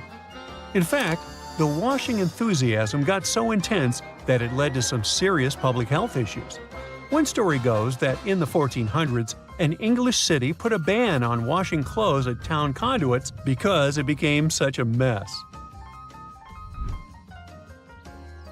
When it comes to laundry, though, people that lived through the Victorian era really overdid it. For starters, it was a multiple-day project. Manuals then suggested letting clothes soak overnight as the first step. The next day, it was a complete process of soaping, boiling, rinsing, drying, starching, and ironing. Sometimes they even had to repeat these steps. To keep whites looking brand new, women had various stain removal options. For instance, sour milk was said to work wonders in removing iron rust.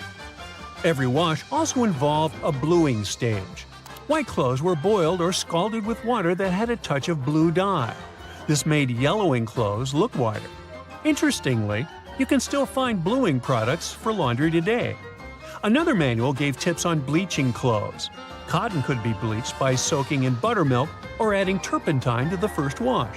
Muslin fabric needed a chemical mix after the initial soap boil, followed by sun drying. At about the same time lived one of the most beautiful women in history, Sisi of Austria. She became renowned for her personal hygiene and self-care routines. Her most recognizable attribute was this thick chestnut hair with an incredible length, down to her feet. It took her 3 hours per day just to manage it. Every morning she'd have a cold bath, a massage, and then she'd sit down in a chair for hours, letting her hairdresser do her job. Cece's skincare regimen was equally as outrageous. Obsessed with keeping wrinkles at bay, Cece put crushed strawberries to her hands, neck, and face. She also slept with a custom mask on, lined inside with pieces of raw veal. The woman also spent time in warm olive oil baths to keep her skin soft, and for everyday bathing, she used distilled water. Cece also made it a habit to sleep without any pillows, because she believed it would benefit her skin.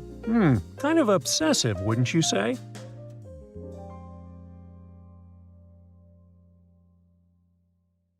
You are lost deep within the jungle in the Yucatan Peninsula in Mexico. There are strange noises all around you, and to make it worse, the sun is setting. Soon, you'll be alone in the middle of an unknown rainforest. Guess it was a pretty bad idea to come looking for El Dorado on your own, wasn't it? You keep walking as fast as you can, when suddenly, wait! What's this you're seeing? It looks like large stairways made out of stone. This definitely doesn't look natural, so you take a picture. Maybe you didn't strike gold, but you might have just found something relevant. Congratulations! You found Akamtun, a long-lost Mayan city, hidden 37 miles into the jungle. The name literally translates to stone column. Stone was probably in at the time, so these guys used a lot of it to build their pyramids, houses, and even ball courts. If you ever thought that Europeans invented ball games, think twice. Mayans loved to play ball games for recreational purposes. Akamtun is part of a series of other long-lost Mayan cities that are being discovered with the help of new technology nowadays.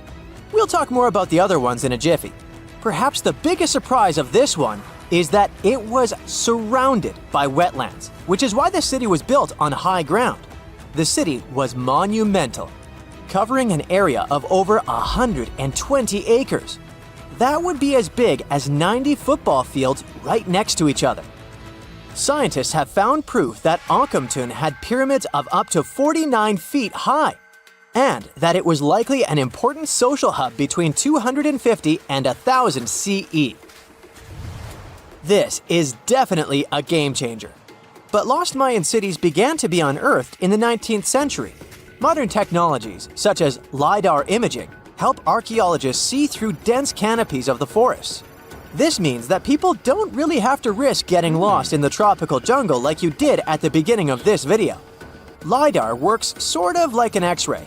It sends out laser beams that can detect any signs of ruins or ancient constructions.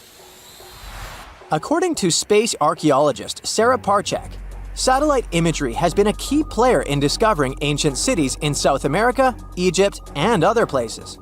Sarah herself spends most of her days scouring images for any signs of where there could have been cities long ago.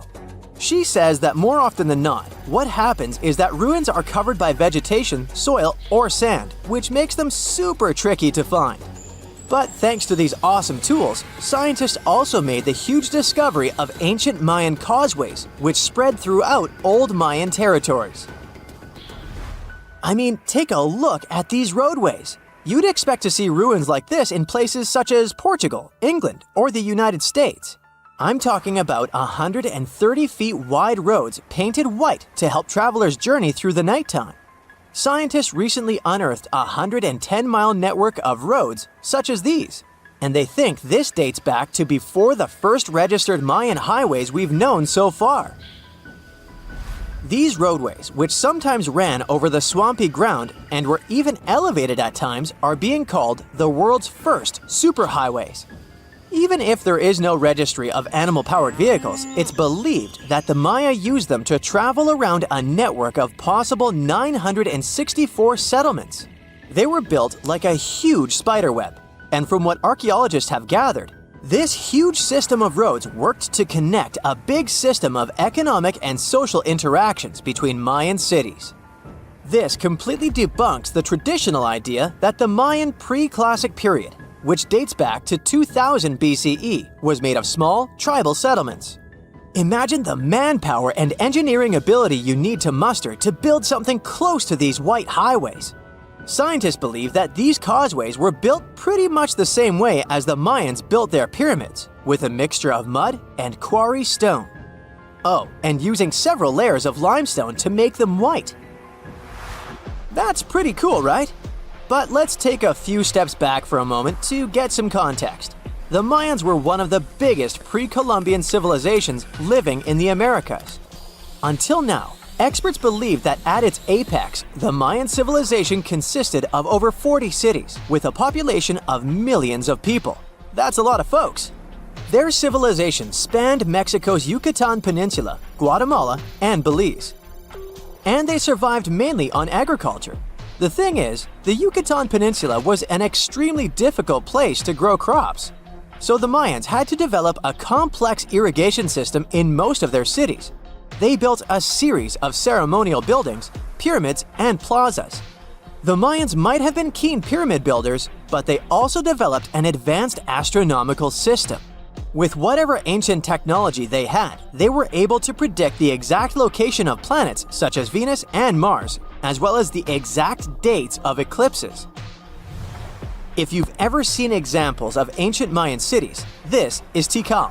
Located at the heart of the Guatemalan jungle, Tikal is believed to have been the capital of the ancient Mayan conquest state. At its height, it was comparable in importance to cities such as London or New York in today's world. It's composed of a series of complex monuments. The North Acropolis is one of Tikal's most ancient complexes of monuments. Built solely by human hands around 350 BCE, it served as the resting place of kings and chiefs. Its monuments are up to 200 feet high. Back in the day, the step pyramid temples were painted a beautiful red. Mayans loved that color. Today, of course, you'll only see the limestone. Then there's Chichen Itza. It's got one of the best preserved pyramids on Earth to date. Located in Mexico's Yucatan state, this Mayan city is well over 1,500 years old. At its peak, it was home to 35,000 people. The site covers 4 square miles of land. The highlight is El Castillo, a tremendous step-like temple standing 80 feet above ground. Its most peculiar feature is that it has 91 steps up each of its 4 sides, including the upper platform, which makes for 365 steps, the same number of days as the solar year. You can see that these folks were a pretty big deal, huh? That's why nobody can really understand what happened to them. There's a big lack of evidence on the decline of this almighty empire. What could have been the cause of their demise? Was it a drought? New research in 2017 did bring some new discoveries into the mix. Using data from a site at Ceibal, located at southwest of Tikal, scientists analyzed radiocarbon data from ceramics and archaeological excavations to extract new information about the unexpected demise of this great civilization. The information shows that instead of a sudden collapse, the Mayans most likely fell in waves of social instability and political crises. These events are believed to have deteriorated Mayan city centers and began causing the dispersion of the Mayan population. It's hard to pinpoint the exact causes, though. But hey, recent discoveries are shedding a big light on humanity's past. Not only about the Mayan Empire, but about other long-lost civilizations of South America. A major recent discovery in Brazil was done using satellite imaging technology and is also shocking scientists. Some images from near the Xingu River, also in the Amazon, suggest that cities of millions of people might have existed inside the jungle, way before our modern civilization ever existed. I mean, if this doesn't shock you, I don't know what will. Satellite imagery also detected a network of trenches dating back to 200 and 1200 CE in the Bolivian Amazon forest. These proofs suggest settlements that could have supported around 60,000 people right in the middle of the Amazon forest. When researchers from the University of Florida went on ground to check the satellite information, they were shocked to find several mounds that were accompanied by ditches and geoglyphs. Archaeologists also found remnants of carefully designed walls centered around plazas, much like the type of construction done by the ancient Mayans. If you come across a well in Portugal, resist the temptation to gaze into its depths. The inverted tower in the enigmatic city of Sintra sends chills through those who encounter it as it spirals down a daunting 88 feet into the underground. It certainly wasn't designed to collect water, yet its true purpose remains a closely guarded secret. Dating back to around 1904, this well could have been involved in a mysterious initiation tradition from the Knights Templar. The Templars had faded into history almost 6 centuries before the construction of this pit, but their enigmatic traditions were revived by later generations. So one theory says that candidates seeking to join the group back then had to confront their deepest fears by facing this well, descending its spiral staircase blindfolded. When they reached the bottom of the inverted tower, they removed their blindfolds and were faced with this frightening sight. The only way out of this dark labyrinth was to keep looking up and following the light. Now imagine yourself browsing the shelves of a used bookstore until you find a book with an alphabet you've never seen before. You decide to use an image translation app but find no matches. Intrigued, you buy the book. Then you show it to your friends and family, but nobody recognizes that alphabet. Rare book dealer Winfried Vonnig probably experienced the same frustration back in 1912 when he acquired what would later become the most enigmatic book in the world.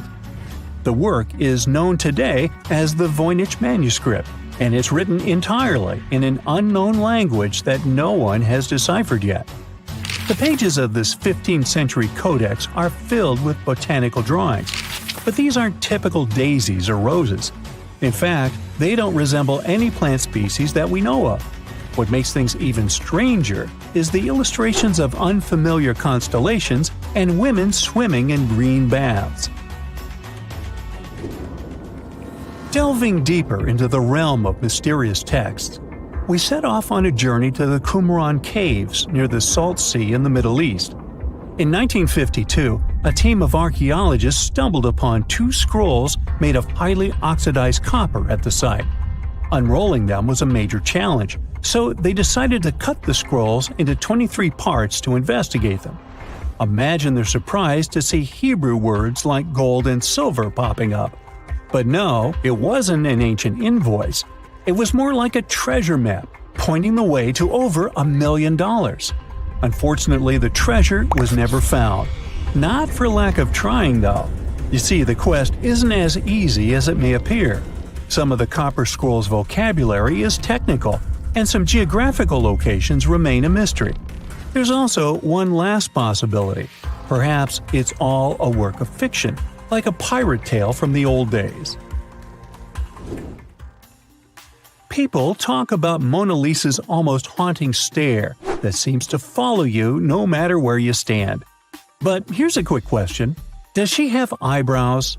You got it right if you said no, and her complete lack of eyebrows adds another layer of mystique to her gaze.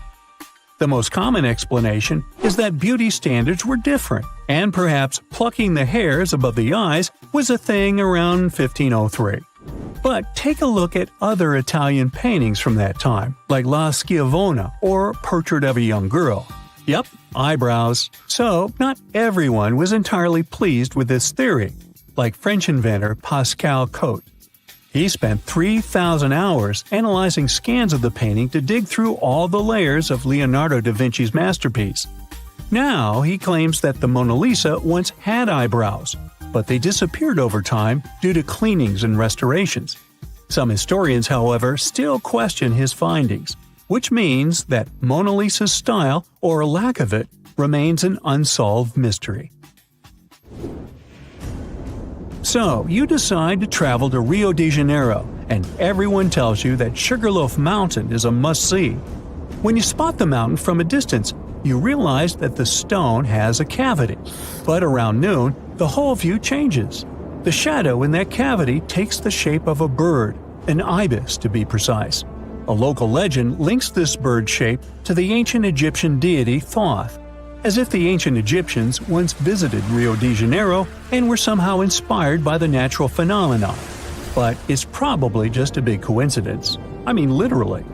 The real mystery, however, lies in the waters around Sugarloaf Mountain. In the 80s, archaeologist Robert Marks got a tip from locals about a treasure hidden beneath Guanabara Bay. He dove in and found quite a few Roman amphorae. You know, those ancient vases with two handles? His discovery could potentially provide evidence of a Roman shipwreck that might have reached Brazil 17 centuries before the Portuguese even set foot there. However, he couldn't proceed with his research, and to this day, the idea of the Roman presence on Brazil's coast remains uncertain. The true location of Cleopatra's tomb isn't the only ancient Egyptian mystery. Many secrets are carved into the walls of ancient structures, like in the Temple of Seti I. Take a close look at this hieroglyph, and you'll notice that it resembles a modern-day helicopter. Look to the right, and you'll see an engraving that looks like a submarine. Odd, right? The most reasonable explanation for this has to do with the legacies of different rulers. When a new pharaoh came to power, they had their own hieroglyphs added over the original ones. But this is still a topic of debate, as some Egyptologists believe that these mysterious hieroglyphs may represent some kind of ancient technology. The same applies to the Dendera light. The image found in the underground passageway of the Hathor Temple is a subject of significant controversy in Egyptian history. Some researchers suggest that the inscription simply represents a rising sun, while others interpret it as evidence of some kind of modern lighting system. And it does indeed resemble Crookes' tube, one of the early experiments with electrical discharges. Although there's no concrete evidence of ancient Egyptians having modern electricity, some historians believe that this theory could help explain why many discovered tombs don't have any residues left behind from the use of oil lamps or candles. A lot has been said about the mysterious pyramids of Egypt, but many people tend to forget that other inexplicable structures had already existed even before them. Our next stop takes us to Turkey. The top of a hill known as Göbekli Tepe, near the city of Urfa, holds an ancient secret. It features more than 20 circular stone enclosures dated back over 11,000 years. Many of these have heavily carved stone T-shaped pillars adorned with eerie human figures with folded hands. The most accepted theory is that it's the world's first temple, likely used for rituals or social events. But the greatest mystery lies in how it was built, as this site existed before the domestication of animals or the use of metal tools. So the construction must have been very difficult, challenging our understanding of the historical timeline. Now, I hope you're not afraid of heights, because we're about to take a flight over the Nasca lines. You've probably already heard about these massive mysterious drawings etched into an arid region of Peru. They come in many different shapes, like a spider, a monkey, and even a Google-eyed ET that is probably just a fisher. Anyway, this story got some fresh chapters in 2022 when an additional 168 new drawings were discovered. The original ones could only be seen from the air, but these new ones are much smaller and can be observed from the ground. However, one thing they have in common is that their purpose remains totally unclear. Some might call them the largest-scale calendar in the world. Others suggest that they served as a tool for agricultural purposes. Of course, many theories have emerged in an attempt to give the Nazca lines a meaning, but the truth is that they remain some of the most important unsolved mysteries in history. It was April 10th, 1912. Richard had just departed from Southampton, England, aboard the most famous ship of the time, dubbed the Unsinkable. Since he had just witnessed a near collision with the SS City of New York, he decided to write to his wife and report the unfortunate and frightening event. "My dearest Sal," he wrote, "we got away yesterday after a lot of trouble." Little did he know that a mere 4 days later, both his pen and the ship he was on would be lost forever at the bottom of the North Atlantic Ocean. Was this some sort of bad omen? Did Richard actually foresee what was about to happen to the ship he was on? In case you haven't figured it out by now, Mr. Richard Geddes was aboard the Titanic on the day that he wrote the letter to his wife. On April 14, 1912, the ship seemed to have been lost forever. Along with it, so many secrets and treasures have settled at the bottom of the ocean. It took until 1985 for the Titanic's wreck to be finally rediscovered using state-of-the-art sonar technology. Ever since then, they've managed to recover thousands of items from the Titanic, and many of them went on display or auction. Things like jewelry, a life jacket, a menu from the ship's restaurant, or even a sample square of carpet from the first-class stateroom have all captivated the public's attention, just like the many stories of the people on board. Scientists have even tried to come up with strategies to get the Titanic back up altogether to properly study it and stop it from getting more and more damaged at the bottom of the ocean. Some have suggested filling the wreck with ping pong balls to make it float, while others even considered injecting it with 180,000 tons of Vaseline. Another idea was to use 450,000 tons of liquid nitrogen to trap it in an iceberg that would float to the surface. But they eventually had to let go of all these potential strategies since the Titanic is way too fragile to ever be recovered. The Titanic may be one of the most interesting ships lying at the bottom of the ocean, at least in popular culture, but deep-sea divers have a lot of other stories to share. Planes also sometimes find their way to the bottom of the ocean. Deep-sea divers in Oahu, Hawaii came across the wreckage of an F-4U Corsair plane. It seems to have crashed into the ocean in 1946, as it didn't have sufficient fuel. If you can dive deep enough, you might even stumble upon statues and lost artifacts, like those found in the world's only underwater archaeological park off the coast of Naples, Italy. It features the ruins of the ancient Roman city of Baia. The underwater statues found here are breathtaking, to say the least. In an ironic twist of events, some of the equipment we intended to use to get us to the moon was lost at the bottom of the sea for a very long time. But how did that happen? Beginning from the late 1960s and ending in the early 70s, many Apollo rockets were launched to orbit the Earth and the Moon. When reaching altitudes of about 38 miles, the first portion of the spacecraft, including the engines, needed to separate. People thought these components got destroyed or lost forever. But were they really? In 2012, a team of specialists discovered a bunch of rocket engines 14,000 feet off the coast of Florida. They have since gone through a 2-year renovation plan and are now on display at Seattle's Museum of Flight. Can you imagine stumbling upon a whole city underwater? Back in 2001, a lost city was discovered in the Gulf of Cambay, off the coast of India. Some archaeologists believe it to be the oldest city in history. By comparison, it's almost the size of Manhattan and features massive walls and even plazas. They stumbled upon pieces of sculpture, artwork, and even what looked like ancient wooden furniture, believed to date back up to 9,500 years ago, and 5,000 years older than any city previously discovered. Okay, how about an underwater river? I can't even imagine what that would look like, but some deep divers claim to have seen it south of Tulum, Mexico.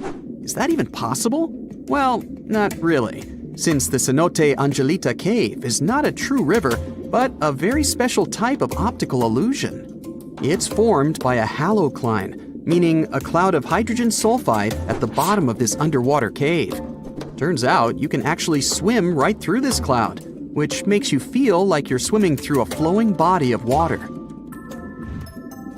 Not all things discovered underwater are inanimate objects. Some of them are actually quite scary sea creatures. A jellyfish might not be on your list of things to look out for if you can avoid the stings. But this giant one, also known as a lion's mane jellyfish, is the largest known species of its kind. In all fairness, you'll only uncover it if you happen to dive into the waters of the Arctic, Northern Atlantic, and Northern Pacific Oceans. You surely won't miss it, since it stretches across 120 feet from the top to the bottom of its tentacles. When it comes to deep-sea diving, a lot of people are looking to discover some lost treasure. One diver was lucky enough to have hit the literal jackpot when he came upon nearly $1 million worth of treasure on the bottom of the seabed. That was back in 2015, when this lucky diver was swimming just off the coast of Florida. What did he find, you might ask? Well, about 51 gold coins, 40 feet of gold chain, and a rare single coin that was tailored for the King of Spain, Philip V. Speaking of people looking for lost treasures, divers also sometimes found pirate ships. They discovered one of these pirate shipwrecks in 2015 off the coast of Colombia. It dates back to the 18th century. The value of this forgotten ship was estimated to be between $4 billion and $17 billion, as it contained treasures, precious stones, gold, and countless other really valuable items. By comparison, a whole island in the Bahamas is up for grabs at $75 million. A computer is the last thing you'd ever expect to discover underwater, right? And this was no regular computer, but an ancient one. And yet, someone stumbled upon it between 1900 and 1901 on the spot of a shipwreck located off one Greek island. Researchers believe this weird stone contraption to be the earliest form of a computer. It was designed to serve many purposes, such as predicting astronomical positions and eclipses on the calendar. Since humanity lost most of the technology used back then, it was wonderful to rediscover it so many years later. It let us piece together many of the ancient Greeks' accomplishments. The computer is now at the National Archaeological Museum of Athens, should you ever want to check it out in person. This has to be one of the most mysterious places on Earth. It's called the Mariana Trench, and it's the deepest part of the Earth's oceans. We really don't know how deep it is, since it's so difficult to measure. But it's somewhere around 7 miles deep, and 5 times longer than the Grand Canyon. They first studied this massive underwater hole back in 1875 using a weighted rope. Back in 2012, a Canadian film director named James Cameron reached the bottom of the trench in the submersible vessel Deep Sea Challenger. Some of the most bizarre creatures on the planet call this place their home, including the Dumbo octopus, the sea cucumber, and the goblin shark. The Mariana Trench